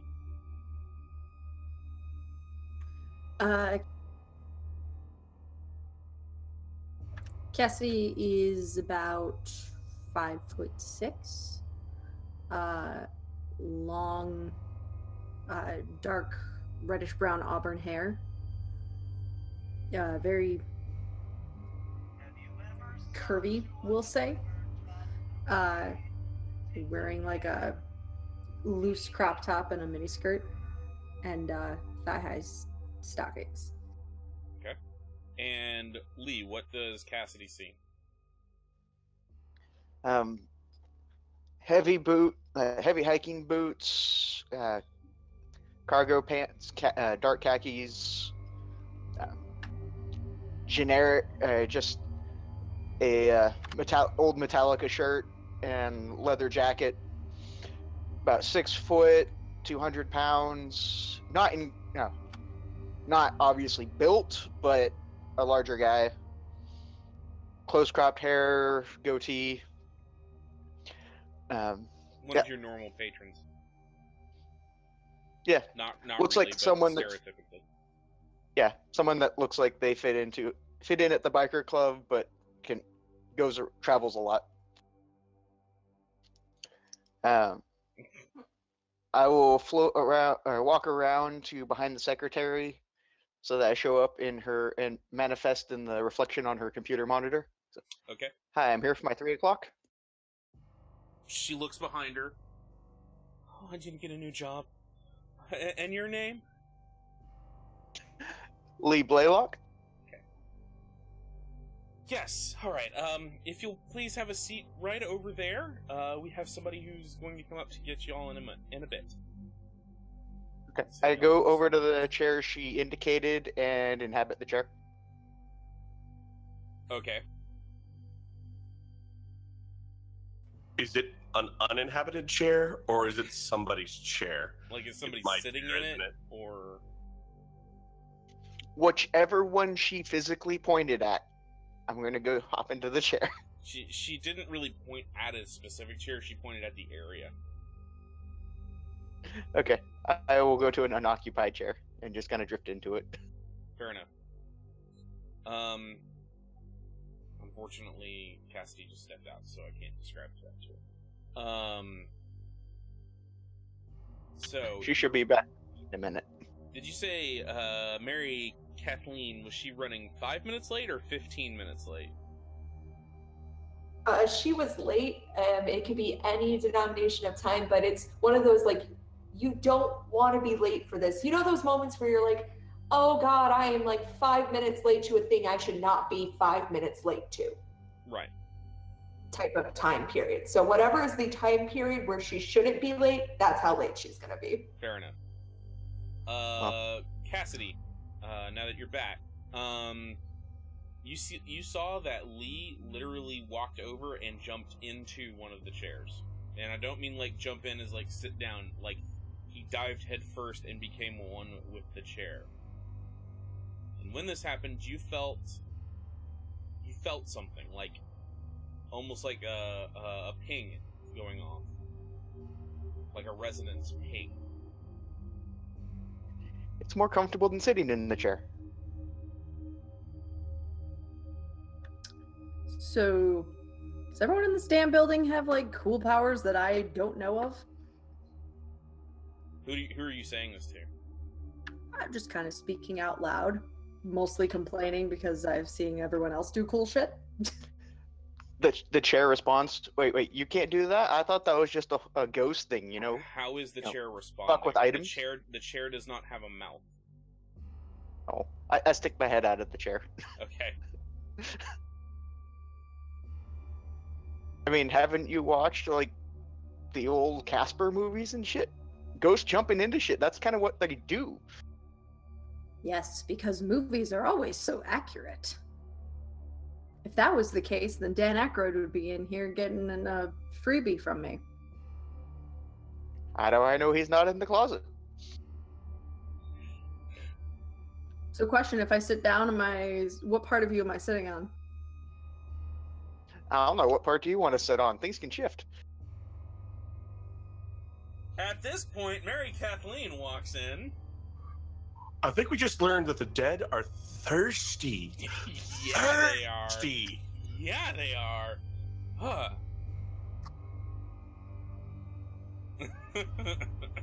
Literal months.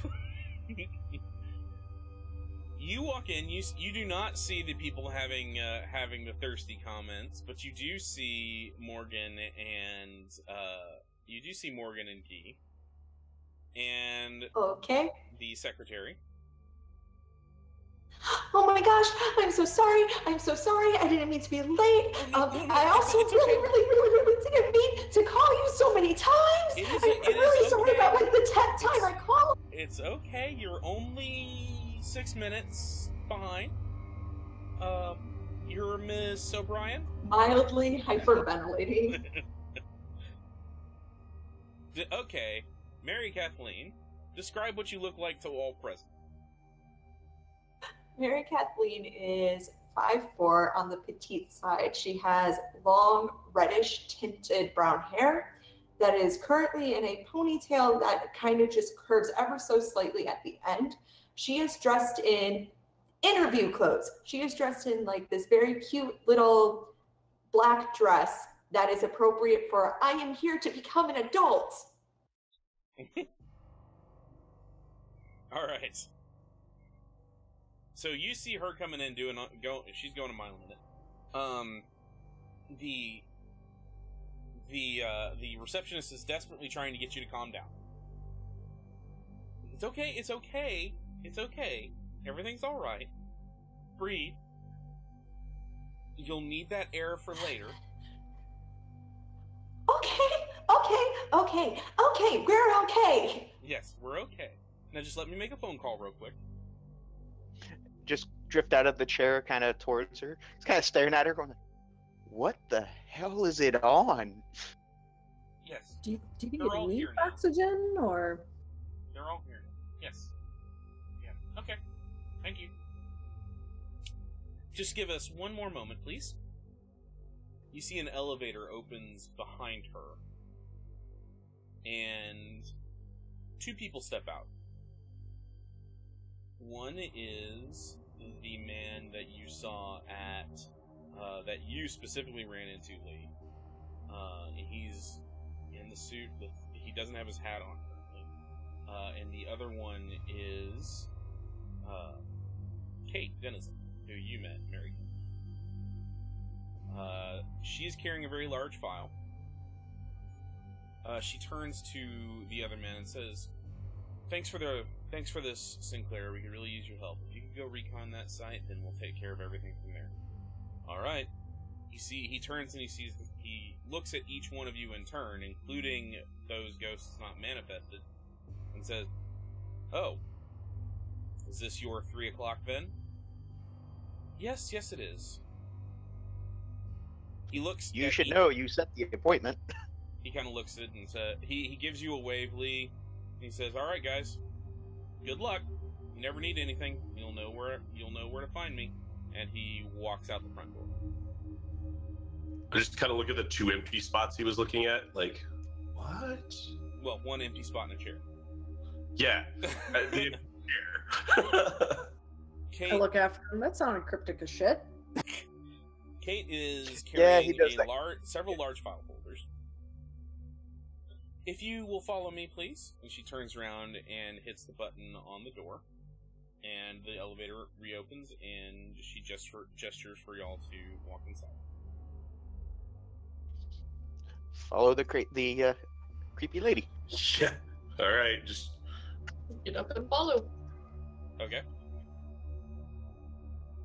I would shove myself back into a back corner of the elevator so I can watch everybody. All right. The I'll elevator. shove myself into the I'm going back to- top corner.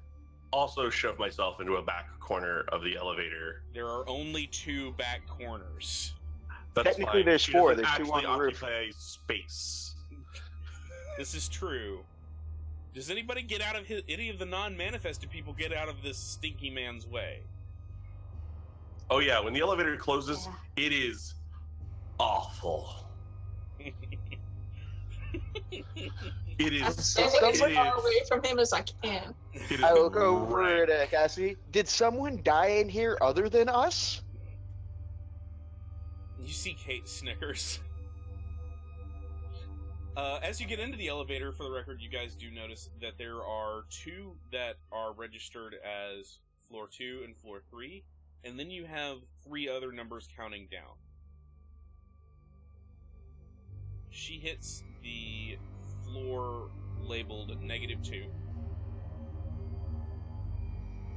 and the elevator moves. It moves really quickly, like all of you can feel the lurch.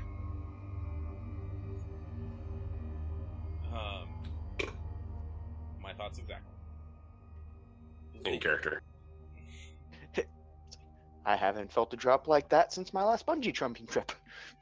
The doors open with a pleasant ding. It is in fact so pleasant, the first thing that pops into your head is a pop culture reference along the lines of Douglas Adams. The doors that are just so pleased with themselves. I don't get the reference. Hitchhiker's Guide to the Galaxy. If there's a manically depressed robot on the other side of these doors, I'm out. Fair enough. Right. I look over. Yeah, but did you bring your towel? It's in the car. She leads you through a series of corridors.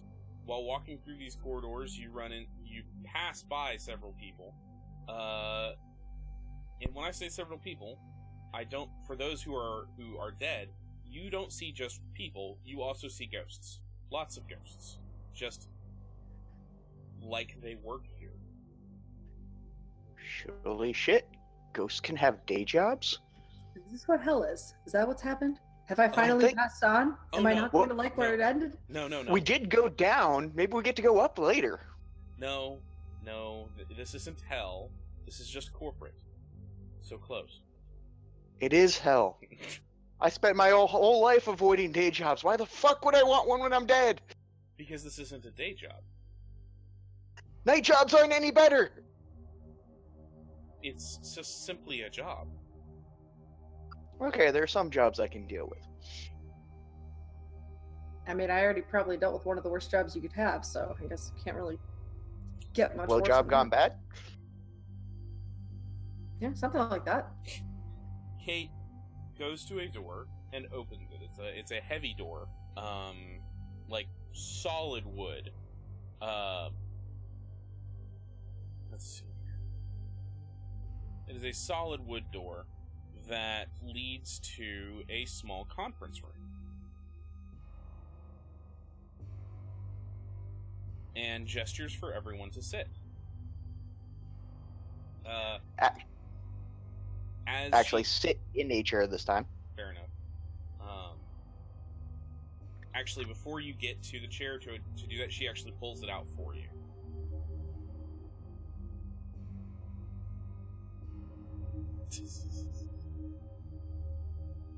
And then as you sit down, she pushes it in. Thank you. Alright. Now, before we get started, I'm going to make a quick request. She turns to the 2 chairs that to our people in bodies are empty. Would you please manifest for us? Manawata? When you wish to be seen or to interact with the world. Ah. Okay. I will manifest. Okay. Cassidy, do you manifest? I have to think very hard about it and struggle to do it, because at best I usually just only can do it enough to type on people's computers. Right. Yes, I only manifest enough for the the dull outline, Mhm. not full manifestation. So, our three embodied individuals suddenly see these two others show up in empty chairs. But they're just outlines, right? Like they're not like full people. They're hazy. Like they're not fully there. So I do we prefer see, to like, communicate facial through- details, or is this kind of like a almost like a body proxy? You know, when you're rendering software or you're rendering images. In the case of Cassidy, it looks like a vague glowing outline of a humanoid form. In the case of Lee, you actually don't see him, but you see various reflections, like off the TV screen there and off the painting, which has got glass over it. You can see somebody sitting in that chair. You can see him sitting in it. Right. So it's kind of like a subtle fade in, not like a pop, and I'm here. Yeah. I imagine it's Okay. similar to like the Doctor Who episode when they thought all of their deceased loved ones were hanging out in the little hazy outlines. Similar. Yeah. Okay. So it's more like and then instead of like holy crap. Okay, got it. Right. Since I'm mostly in reflections, I'll make it a little easier for them, and my actual body will glow a little bit. Fair enough. Kate goes over, shuts the door.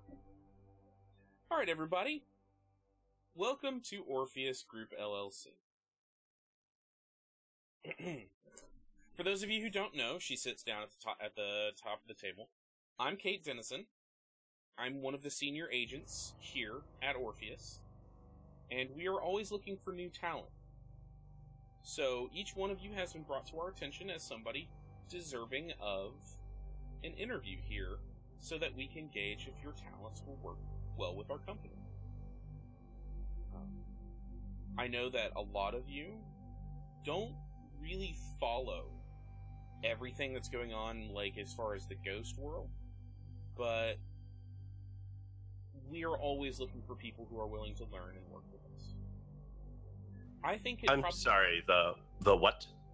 The world of ghosts. Orpheus Group LLC specializes in dealing with the dead. Yeah, I thought that was like a clever cover story. Oh, no. You know. Well, Orpheus doesn't like to use the term dead. We prefer to use the term PLE, which stands for Past Life Entity.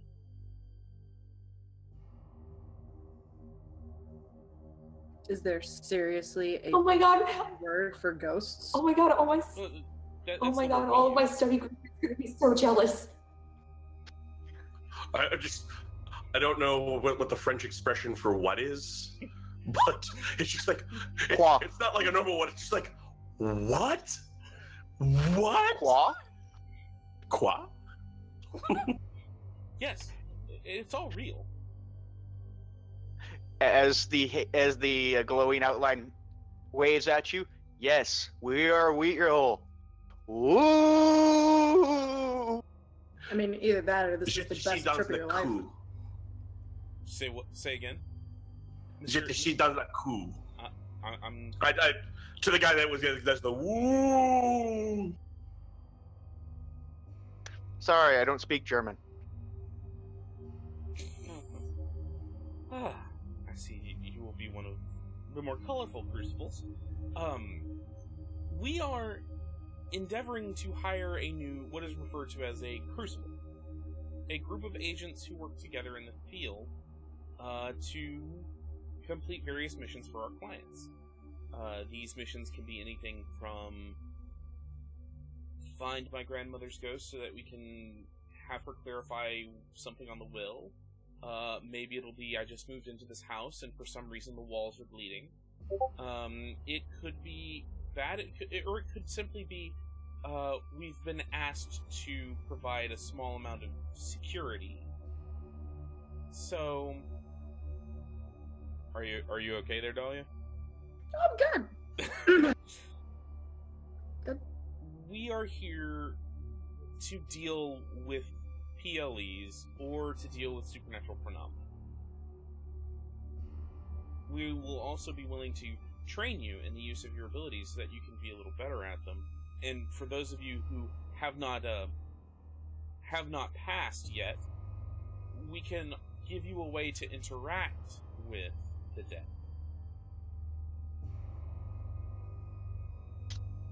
Wait, why would anyone want to be like us if they didn't have to be? Because you have specific abilities, like your ability to possess things, as you were doing upstairs. Okay, fair enough. So that is yes. Mary Kathleen will start like raising her hand. Yes, Mrs. And Brown. Does this count for college credit? If you'd like to, we can work out an arrangement with the university. Okay. Merde. So you're telling me I'm not here because of my witty repertoire of lewd and amazing fan fiction? I thought you were the eye candy. In a way, Annie told me what you were doing, and it was... Let's just say it's creative. Very creative. Not many of your type of ghost are as cognizant as you seem to be, so that is one of the reasons why Annie immediately gravitated to you. Damn, and here I thought it was just my smile.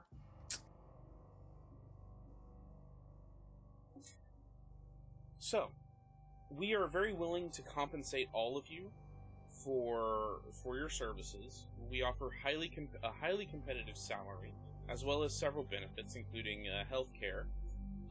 For those of you who don't need money or have bodies which can take advantage of those benefits, we can do other things, such as setting up a trust fund, maybe an endowment for someone else. We could help you move on if that is what you would like to do. We can assist you in many different ways. For the first time, you see Lee actually sit down and stop smiling and get serious and start paying attention. We offer many different options, and that we are very willing to customize for your benefit.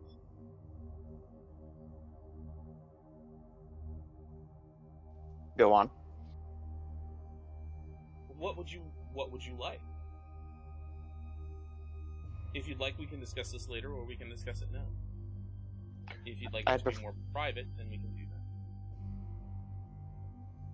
Personally, I'm interested in the offer, but I would like to discuss the payment terms in private. Fair enough.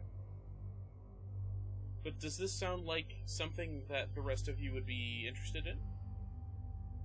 Yes. But of course.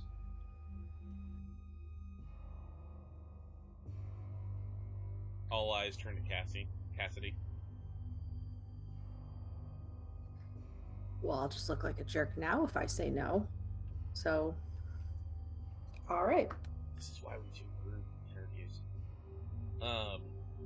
Very well. You will be working pressure.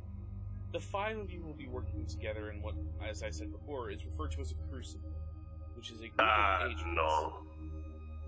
No. Is there a problem, Mr. Wood?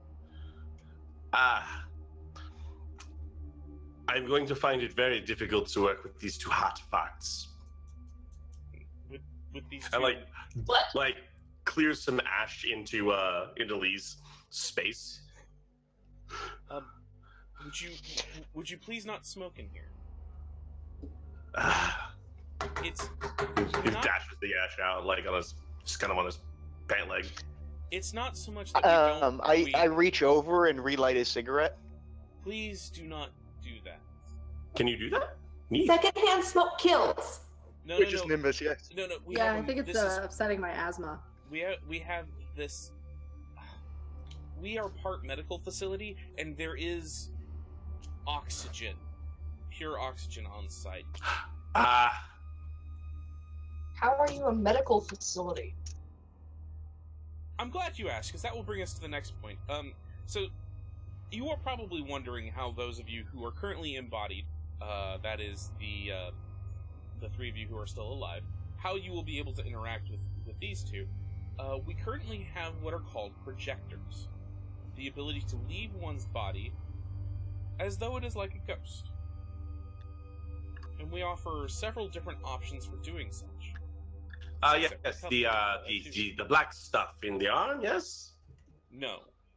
That is No? not one of the options we offer. Oh, I see. We offer the ability to either what we refer to as skim, which is to project through meditation. It's a limited time.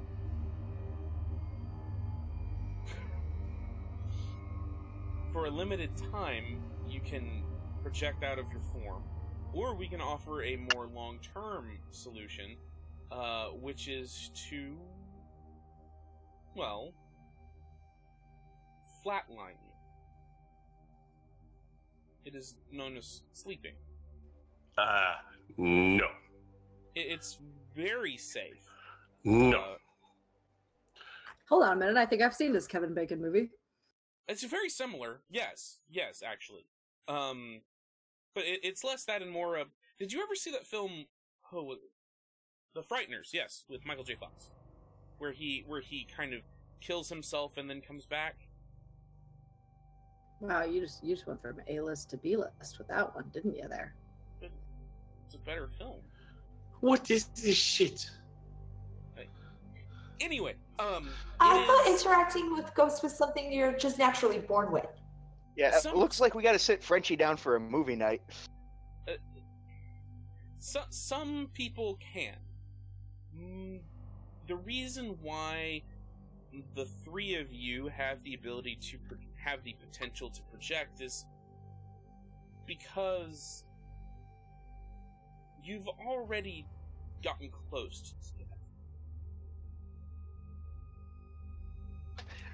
Float up next to one of them. How close do you got to get?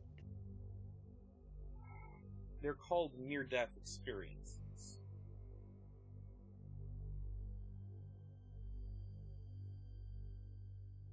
That allows you the potential to project.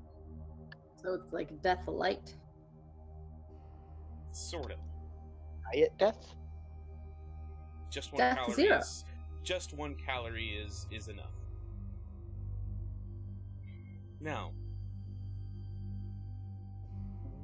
I'm assuming because of your reaction that the three of you would much prefer to be skimmers rather than sleepers. Yeah. I would like access to my Violently body shaking her head, yes. whenever I want. So yes. Fair enough. We will then set that aside. It takes a little bit of training, but it is possible to do it. There is the option of using a type of medication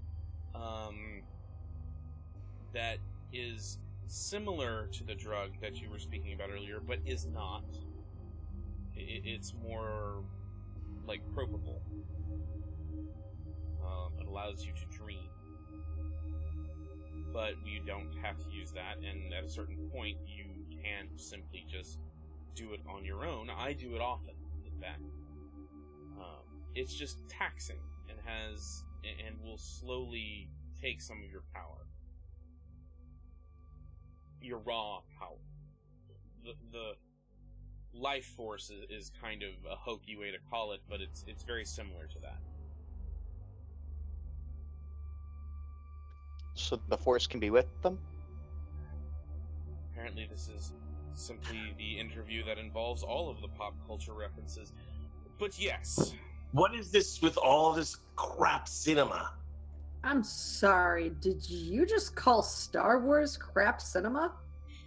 Alright, we need to deport the Frenchman. You're in America now. Speak American.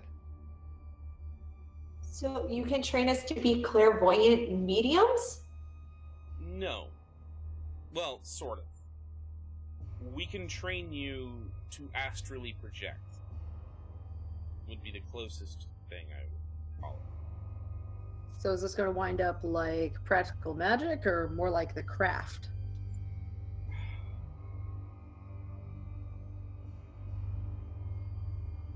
It is Alright. easier to just show you. She kind of sits back in her chair, closes her eyes, and then you physically see her slump. It's almost like she just immediately fell asleep. And then suddenly, standing next to her body, she just fades in. And when she does this, our two ghosts, you feel that same pinging sensation that you felt earlier as she becomes manifest. The rest of you can now see Kate standing next to Kate. I see. I've seen this somewhere before. It was a circus act. Twins? No, this is no act. This is very real, Mr. Bernard. And So this isn't a case of our collective unconsciousness interacting, that we've now become a mind linked and able to project this thought into the universe. No, I look at Cassidy and go, how much more do we have to do to convince him that ghosts are real? So when do we start? as soon as you'd like. Yes. All right. We'll have the contracts drawn up, and we will sign everything today, if that's what you'd like. I'm in. Alright. I would like to see your benefits package. We can definitely do that. Crunchy would like to see the benefits package. We can definitely do that. Can you add a bar of soap to his benefits package? And I need the work schedule. I still have classes. I gotta work everything around. Of course. We will definitely work with your schedule. We're gonna jump ahead here a bit, and we're gonna do a montage. Basically, we're gonna kind of montage things, and I'm gonna move things along a little bit here. You guys go through basically the rest of the interview on your own. They kind of separate you out in different rooms, and in these rooms, Kate talks you through the benefits packages and what all there is to offer. We've already discussed what each of your characters are getting at this point, I believe. I know I discussed it with Dahlia. Did I discuss it with anyone else? I know you and me discussed it. Okay. We sort of talked about it. It was the thing with the thing. Yeah, the thing with the thing. I can't remember. Well, I think they're paying. Yeah, I'm you- right there. I don't remember. Where they're paying you an awful lot, and I think in your case, Kathleen, they're actually paying part of your tuition as well. In the case of Guy, they're giving him a place to live. And other things.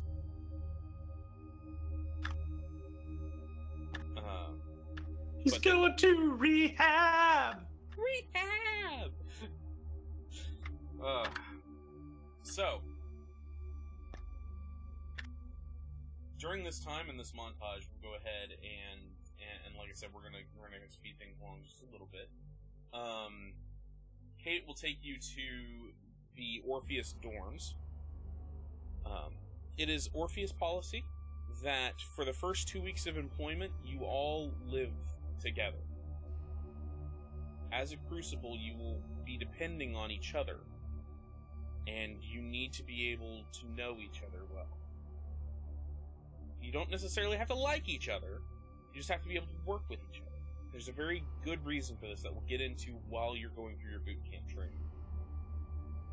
I'd like to request that we require Guy to bathe and shower prior to living with him.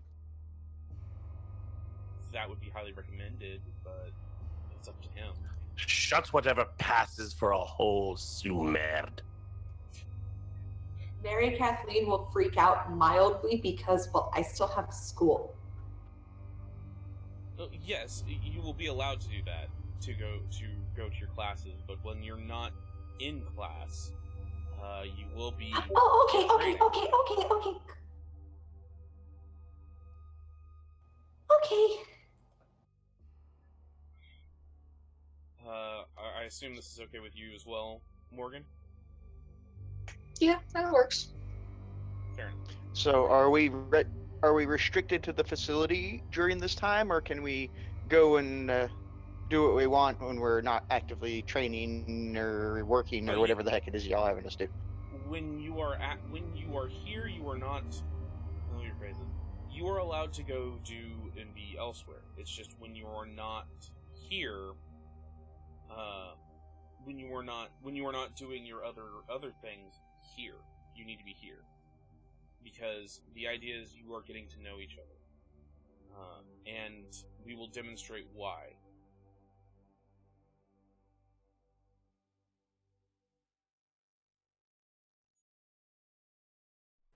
Pardon? It will be soon. We will show you exactly why you need to be together for 2 weeks.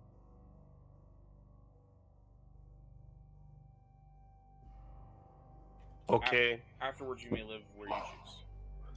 Where is the what do you call it? Cafeteria. Where's the cafeteria? I can take you there. She does take you to a cafeteria. It is fully stocked. She will give you the full tour of the place. You are taken and you are shown there is a full cafeteria. There is a rec room. That's got several pool tables, several video game consoles, basically everything you could possibly want to just relax in. This is the room for it, including several computers. Cassidy, you assume these are the computers Annie was talking about that have the full internet connection. As she is showing you around, you see multiple ghosts. People just hanging out like they're normal people. You see at one point when you're walking through the rec room, you see basically two embodied people playing pool, but one of them is like there is seemingly a ghost kind of hanging out behind him, helping to line up the pool cue. You see a lot of ghosts doing things, being helped by other people. Again, we're gonna kind of montage this a bit, because I kind of want to get you guys fully through this. During this time, you learn how to use your powers, and you also learn how to project. For those of you who are skimmers, that's our 3 embodied people. I have to look up exactly the rules on that again, because they literally just slipped out of my mind. They will teach you. They teach you how to meditate so that you can drop what's referred to as drop the flesh.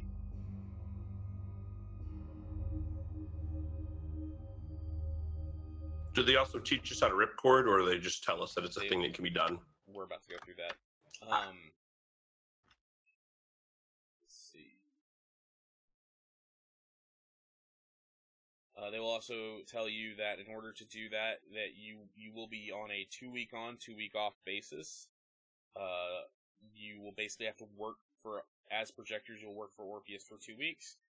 And then you'll work for Orpheus in a non-official capacity or as a non-investigative capacity for 2 weeks. I'm not did it. Okay. It's not giving me the roll, but I can figure it out here in a second. In this time, they also teach you why you had to live together. They teach you how to share vitality between yourselves. You notice at first or what you basically notice is, let's actually play out the scene. You see Kate, and this is your second day together, and you see Kate show up with another man. He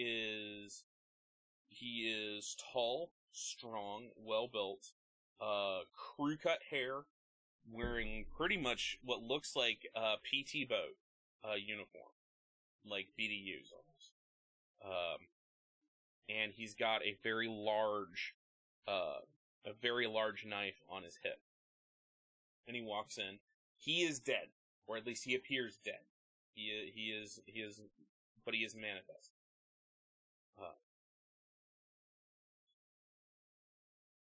Hello. Good morning. This is one of my Crucible mates. His name is Mr. Chet Mason, and he's here to help me in a lesson today. We are going to start off first, and this is the reason why we have you live together at first. We're going to show you something. Let's say my friend Chet is not at a full tank.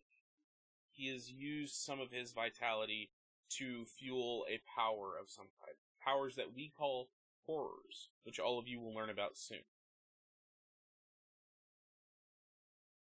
This is why we specifically need you to be together and understand each other. She sits down, drops the flesh, and comes back out. Because, as a crucible, your life will depend on each other. This energy is what makes up your physical form, and makes up your ghostly form. And when somebody is low, they are close to death. But, as a crucible mate, you can do this. You see her reach over and touch Chet Mason. And you feel the ping. Earlier, remember I was talking about the ping that you two felt. Cassidy and Lee. You feel the ping as vitality flows from her and goes into Chet. And for a moment, he is almost luminous, as he is semi-restored. Vitality is a pooled resource between all of you. But you must know each other before you can do this. This is why we have you together. Now, let's teach the rest of you how to do what I've just done and drop out of our bodies.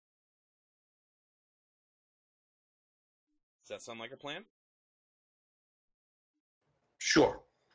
Okay. Yeah. And for Cassidy and Mr. Blaylock, you can go with Chet. He is going to teach you more about how to use your own specific abilities. Okay. Alright, we'll follow Chet. Lead on, scary knife guy.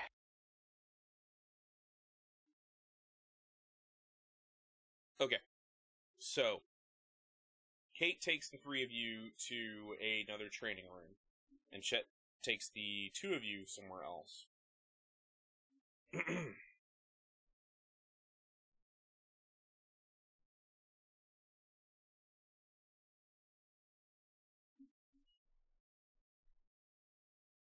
So, we're going to start off with the three embodied people. To do this, to drop the flesh, you must focus outside of yourself. It is a form of directed breathing and meditation. It's very rough at first, but after a while it will become more natural. It's really very hard to tell someone how to do it. They just simply have to do it. So you must do, not try.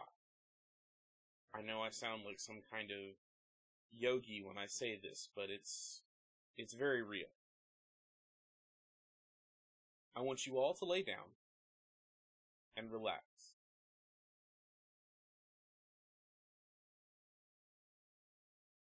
Breathe deep. Allow your body to relax fully. And now try to pull away from your body. The three of you, I want you to roll me...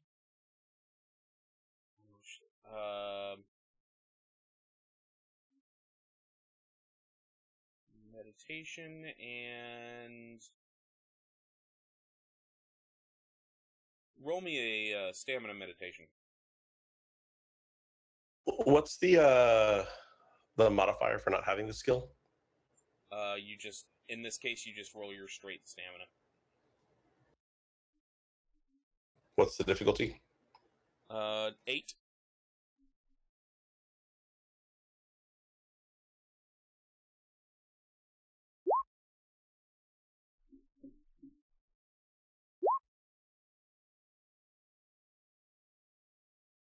It's forward slash.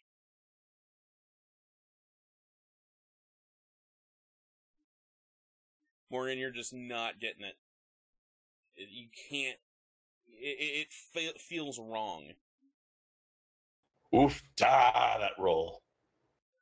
Though, Guy, the moment you relax and you put your mind to it, yes, 10s explode in the system, Rose.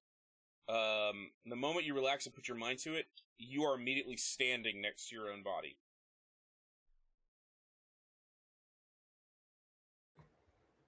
Oh, Skittish, it's forward slash roll, not rolling.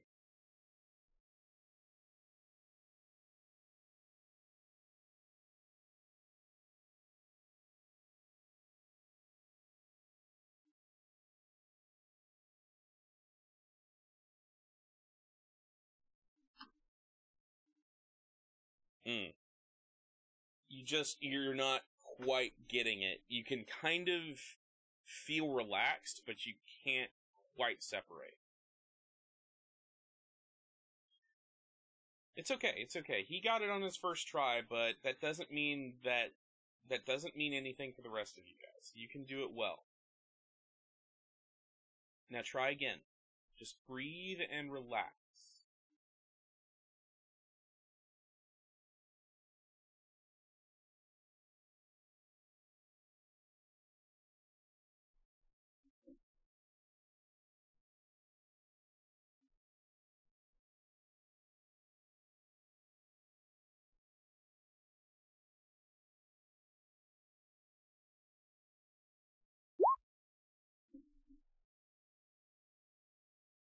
ooh. This is just too hard.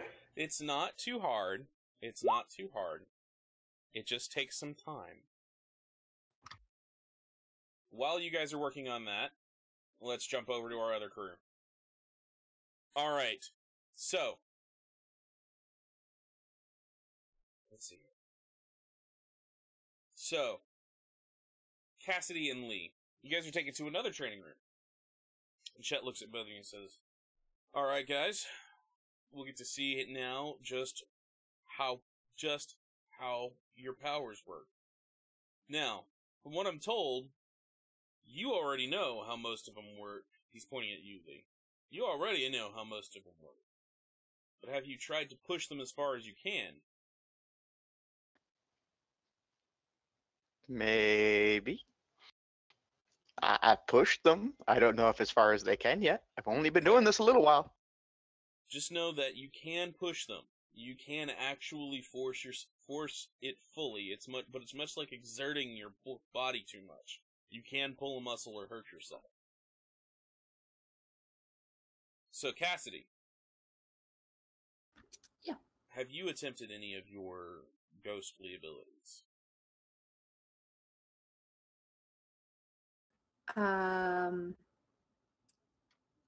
I know how to be able to interact with some things. Okay. I haven't really tried much else. Give me a moment here. He kind of reaches out towards you, but is not touching you. And he kind of puts his hand out there, closes his eyes. Ah. Okay.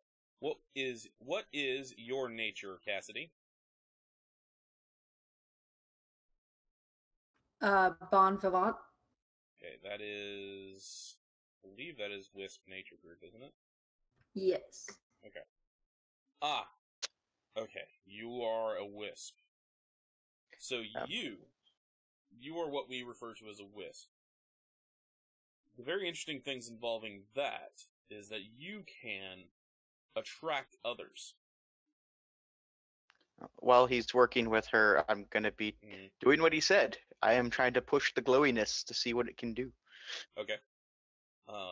Once you start getting up to the higher levels of Witch's Nimbus, he will turn to you. Okay, that's far enough. Because literally it's within, like, a certain range of you, you start melting shit. Yeah, 10 feet, yeah.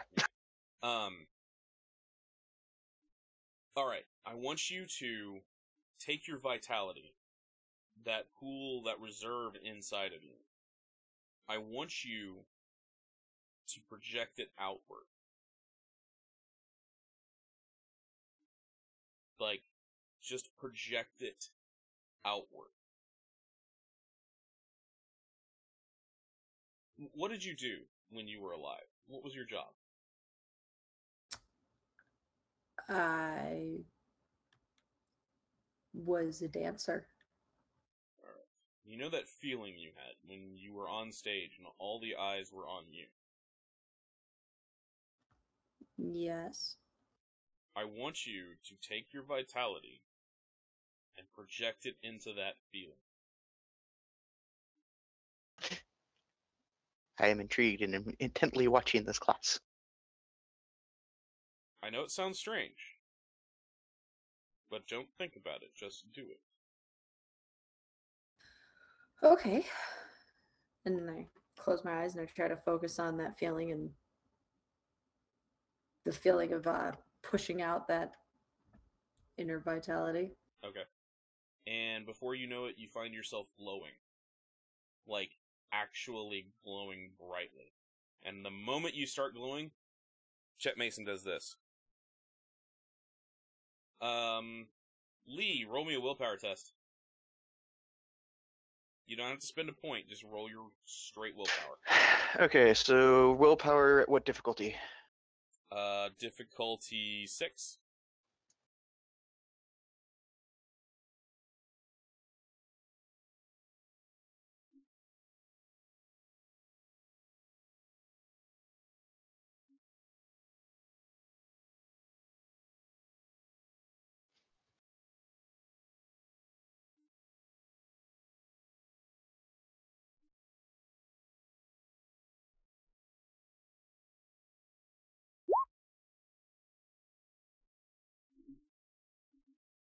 Awesome.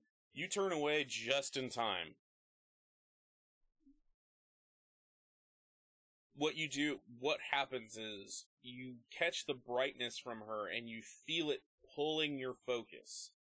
Like, she is the only thing that matters in the world. But you're able to, at the last second, break your concentration and look away from her.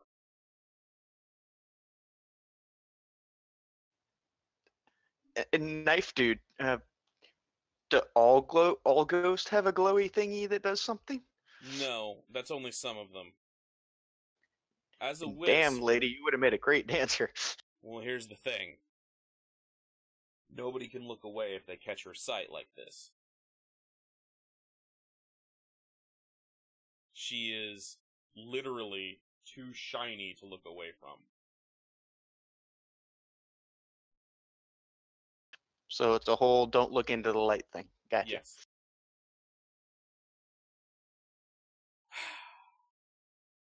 All right. And basically, it's kind of there for a bit, and then we have to wait for it to die, and then slowly the glow dies away. Did you take Stormwinding as well? Oh crap! I don't remember if I did. Where would that be? For That's some under your reason, horrors. I did. Yes. Okay. Stormwinding is a little more interesting. Okay. This is going to be even more metaphysical. I want you to close your eyes and imagine a sandstorm. Sandstorm blowing all around you, like you are the center of it. A sandstorm. Yes. Okay. I was going to make that joke, bro. Feel the sandstorm blowing around you. Now I want you to reach out and grab it, using that same vitality. Grab the sandstorm. Yes. Be the sandstorm. Whoosh. Thank you, Mr. Blaylock. She gets the point. Just trying to I help. want you to grab the sandstorm and let it pull you across the room.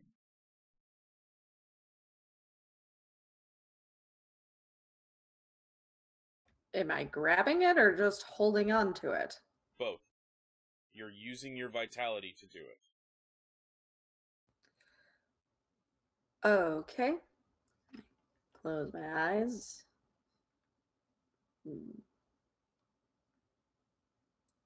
Okay. Roll Dex plus Intuition. Difficulty 7.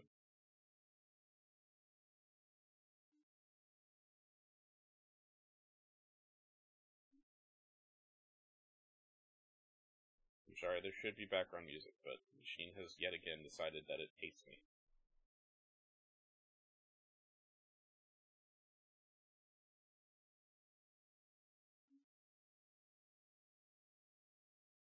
You said difficulty 7? Yes.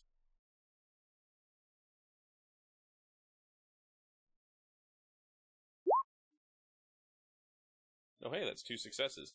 You... Basically following his instruction, you kind of sit here and think about it, and then it happens.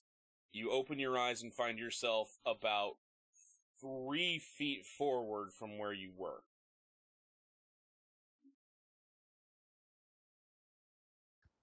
I kind of spin around in place and I look at Chet. How did I do that? Just the way I told you. You used the sandstorm to drag yourself along. And you don't necessarily have to do it just yourself. You can take others with you. Be warned, what you've done is simply the lowest level. The more vitality you put into it, the further you can go, and the more people you can carry.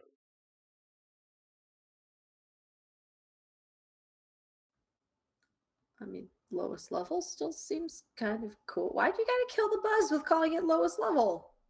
Because it was the simplest way to do it, and I'm trying to tell you what you have the potential to do. The more you put into this, the further you'll go. But I will warn you both.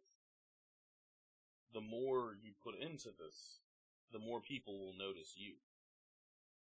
That pinging sensation you're feeling every time one of you uses a power, every time one of you uses your vitality, you're not the only ones who feel it. Every ghost within a 5-block radius will feel it.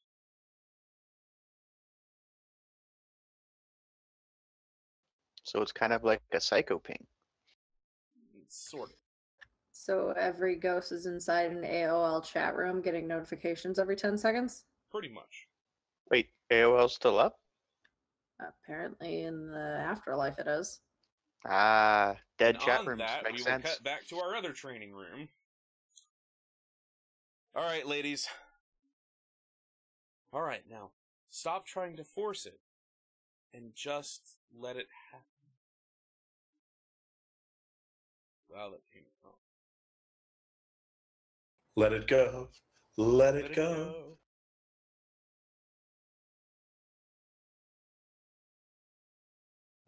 I don't think yoga was my thing. Okay.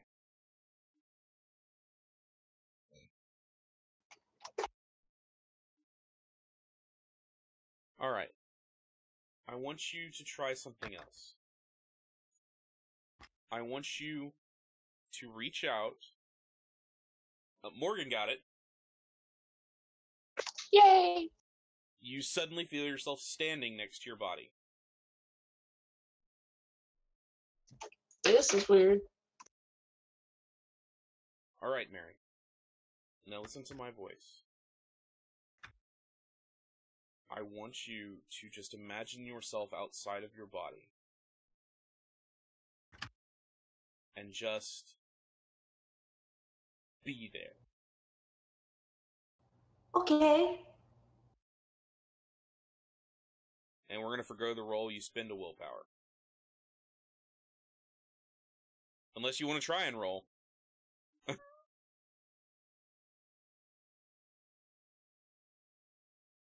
Like, you can spend the willpower, or you can try and roll. Again, it's up to you. I did it! Yes, you did. Suddenly, you are standing next to your body. Now, Oh, guys, I did it! I did it! I did it! Now, keep in mind, as you are projected, you are now your idealized self. Does anyone change what they look like? Yeah. Okay. Guy looks like a cleaner, kind of taller. He basically looks like the soldier that Guy was, right? Right. So, tall, proud, noble, like all the things that Guy is not currently. Fair enough. Morgan, Mary Kathleen, do you look any different? Yes. Okay. So Mary Kathleen looks similar to what she originally looked like, except like she looks like a relative. So she looks almost like she could be her own sister. Okay. I think I look the same. Okay. That's fine. Alright, now that everyone is outside of their bodies, the first thing I need to tell you about is I want you to reach back behind the back of your head. You'll see a thing. She turns her head, and you can see coming out from the back of her skull, buried in her hair, is a silver cord that trails down into invisibility. This is called your ripcord. As a projector, you may pull the ripcord to immediately go back to your body at any point. You will immediately transfer back there with no issue. However, you need to keep in mind that as you do this, it will hurt. It will hurt a lot. It's like getting punched in the nose. Hard. But in emergency situations, it can bring you straight back to your body.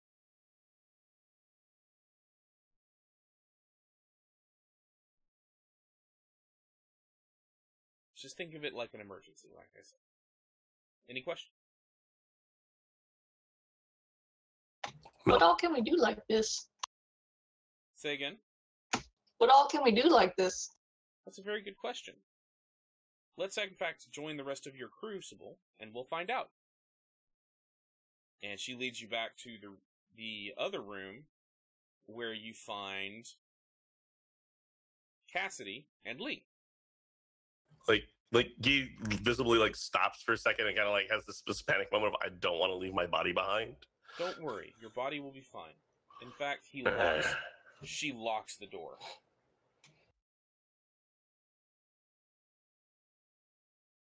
I'm gonna be kind of hassling / talking to Chad. It's like, all right, Rambo. So what? You said there are different levels of this Please don't call stuff. me that. But it's your own fault for carrying that knife. So what exactly can? You told me to stop pushing it, but earlier you said push it. Which way do you No. want me to go with this? I asked you if you tried to push it. Well, yeah, then that's telling me that it can be pushed. So that translates to push If it. you You should push- always find if the you limits of push- what you can do. If you pushed that power as far as you could, you would set this room on fire. Bullshit. Most I've ever been able to do is light a cigarette. It's possible. Ah, Are you looks really- like the rest of your crucible is here. Are you really going to argue with the man with the knife? What's he gonna do? Stab the dead guy? Oh, Lee, fair you point. do realize that knife he's out of his body. Yes, I realize Okay. this, but I still have never gotten into a fight with another ghost. So If I were to stab you with this knife, it would do the same amount of damage as a normal knife would. good to know. Because it is of Alright. the same material as you. It is gauze, which is the term we use for the material that ghosts are made out of. Okay, so don't play with the flame on. What else can we do? Well, that's a very good question. Alright, the rest of your crucible has arrived. Let's see what they can do. Let's see here. Chet walks up to you, Guy.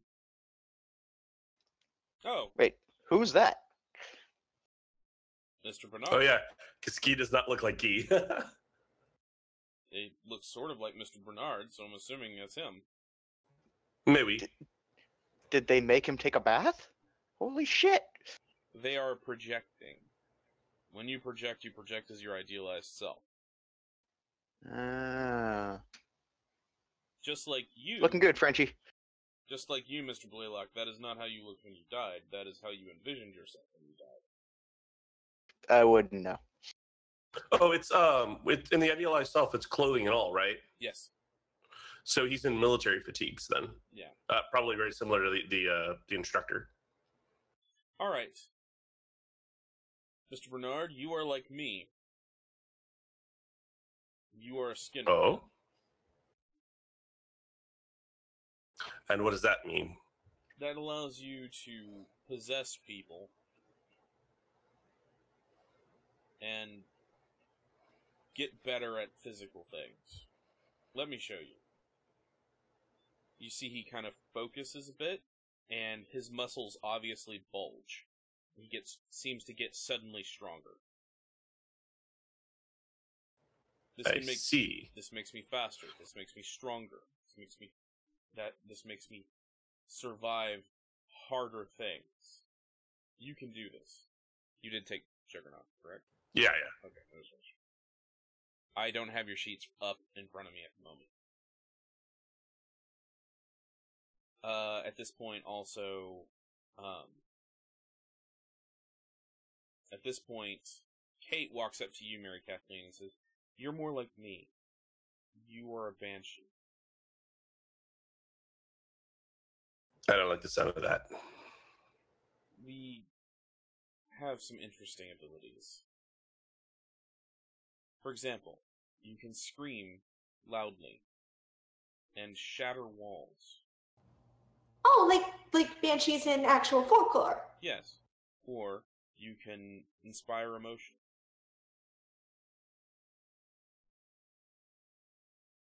And Miss Flanagan, she walks up to you. What's your nature?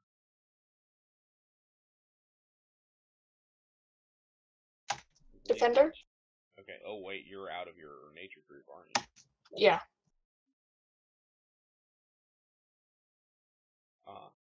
I think I am too, actually. Yeah, but you can still sense what a shade is. It's just one of the things when they connect with your nature group that's kind of interesting. Like, it's one of those things where it proves the theory wrong.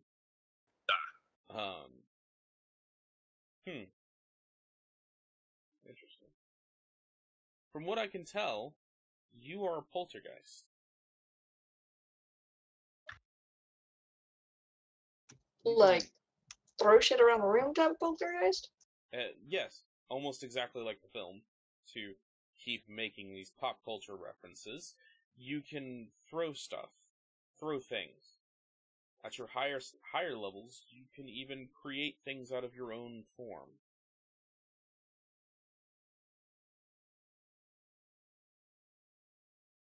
Here, we'll spend the rest of our shift today learning about our different abilities, shall we? Maybe. Okay. At this point, all of you are now proficient in your horrors. You have taken the time to learn them. You will also learn how to share vitality. At this point, you have to actually be making physical contact with each other in order to do it. For the record, after the 2 weeks is over, you guys can just do it at any distance. At any distance? Any distance. Well, I say any distance. You have to be within line of sight of each other. Yeah, that's a difference. Yeah. But you don't have to be within physical proximity of each other to do it. As long as you can see each other, you can share vitality.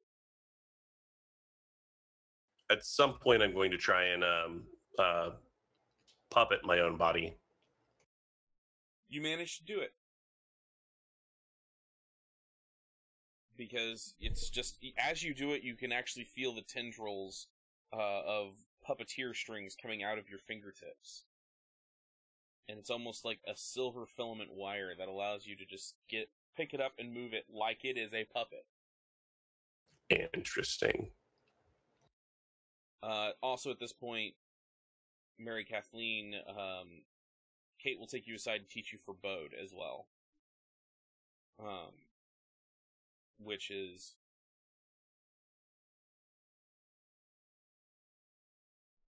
Okay, let's say this. The first time you use forebode, are you looking into the past or the future? Past. Okay. As you look into the past, the first thing that you hit is fire. A conflagration. A horrific flame that fills your vision. And then you immediately come back out of it. Okay, because I have dogs, Mary Kathleen will let out a scream of utter terror, panic, and pain. Fair enough. And then snap out of whatever she was seeing. Are you alright? There was flames, lots and lots of flames and fire, and it hurt. How far back did you go? You I don't know. All I saw was fire. You are quite talented, one would think. That was quite a far ways back. There have been some accidents here with certain projectors using flame powers. And yes. So, that was quite a far ways back. You're rather good at this. The mention of I flame don't power, know if I can't get want to be excited. good at this. Sit there with playing, turn on a little light, turn it off, turn light, stop. Alright, you basically spend this entire day learning about your abilities. You're now all proficient in them. From an out-of-character perspective, feel free to let me know whenever you guys need info on how they work. But in character, you guys are pretty sure how they work at this point. You spend the rest of the 2 weeks working on your powers, developing your abilities. We're actually coming up on 11 o'clock now, and I feel like this is a good point to end our session tonight. Next week we will get into actual heavy duty gameplay. At that point we'll actually get your first mission done. Did everyone have fun tonight? Yeah. Yeah. Yep. Okay. Yes. Sorry if things were a little draggy on my end. I have not used the system in a while. And I'm used to high-end play. So going back to where you guys are young is kind of interesting for me. But I think today was really good. Yes, Rose. Yeah. Ghosts. It was a lot of fun. Okay. Let's do XP before we go. Oh, okay. We're gonna do XP on screen. Yes, I like doing XP on screen. Alright, so everybody gets 1 for showing up. And for participating. Everyone gets 1 for role-playing. Nominations for good role-play. I nominate Skittish, simply because she really pulled off a lot of the anxious young lady. And I will also nominate Dahlia for the Wincest. Yeah, just the overt, awkward nerd sexual nonsense was kind of amazing. Yeah. I'm seconding the skittish cat. Okay. So, Skittish and Dahlia, you'll get an extra 1. Let's see. I know, Dahlia, you hosted, so you'll get an extra 1 for that. Crow, you host. Dahlia, you didn't host, you subscribed. And Crow subscribed too. Oh, you also. I hosted also. Yes, you hosted also. So you get an extra 1 for that. And you'll both get an extra 2 for the subscriptions. Because I like to play favorites. Not really, but it is. Danger, nobody really got Danger XP because we didn't go into combat. I will say, however, say I narrowly avoided danger. yeah. I was told not to burn down the building. Please don't burn down Orpheus yet. So the other thing is, I'm gonna give Keyword yet. yeah. I'm gonna give everyone an extra 3 because we all did our introductory stories and you finished that part of a story. I'm giving you guys a lot of XP because you guys are gonna need it. And yeah, that'll be your XP totals for tonight, unless there's anything else that you guys want to bring up. Extra role playing or anything like that.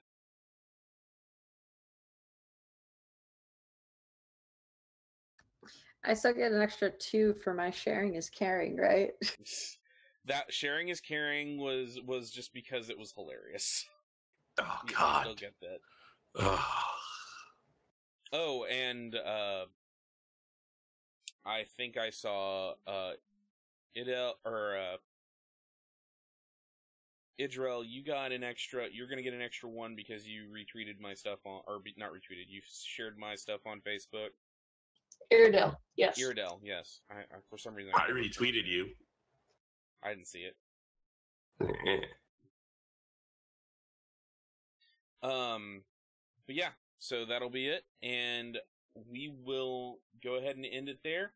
Thank you guys very much for joining me this evening. I've been Evan Blade of Revan, and I try to stream at least 3 times a week. It hasn't been happening recently because of my new job, but it is a thing. Let's go around the circle again, starting up there with Geese Player. I'm Gritting Crow.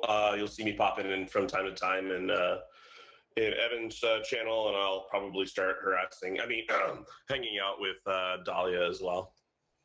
Nice. Next we'll go to Mary Kathleen.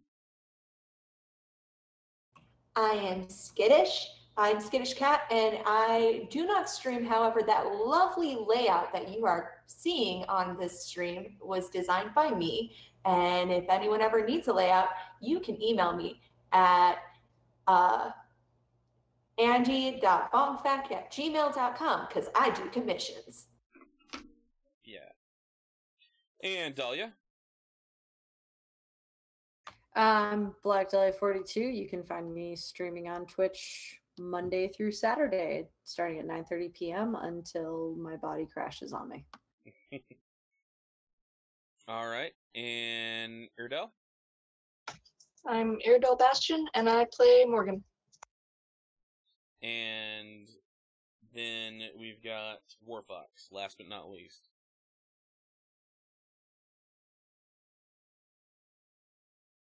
I can't hear you, Warfox. Warfox, I play Lee Blaylock. I pop up as a player on Sergeant Charon's 40K stream.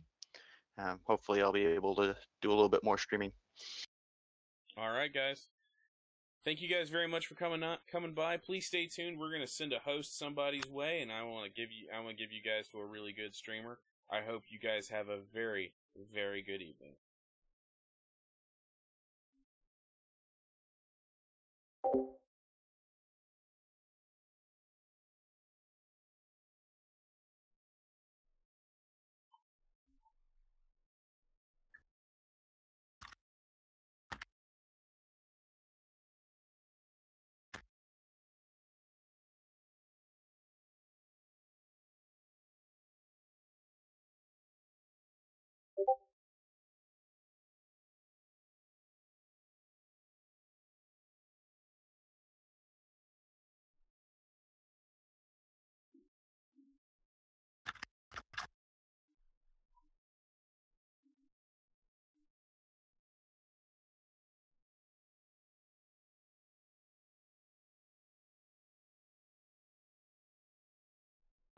Remember, $12 for a shirt,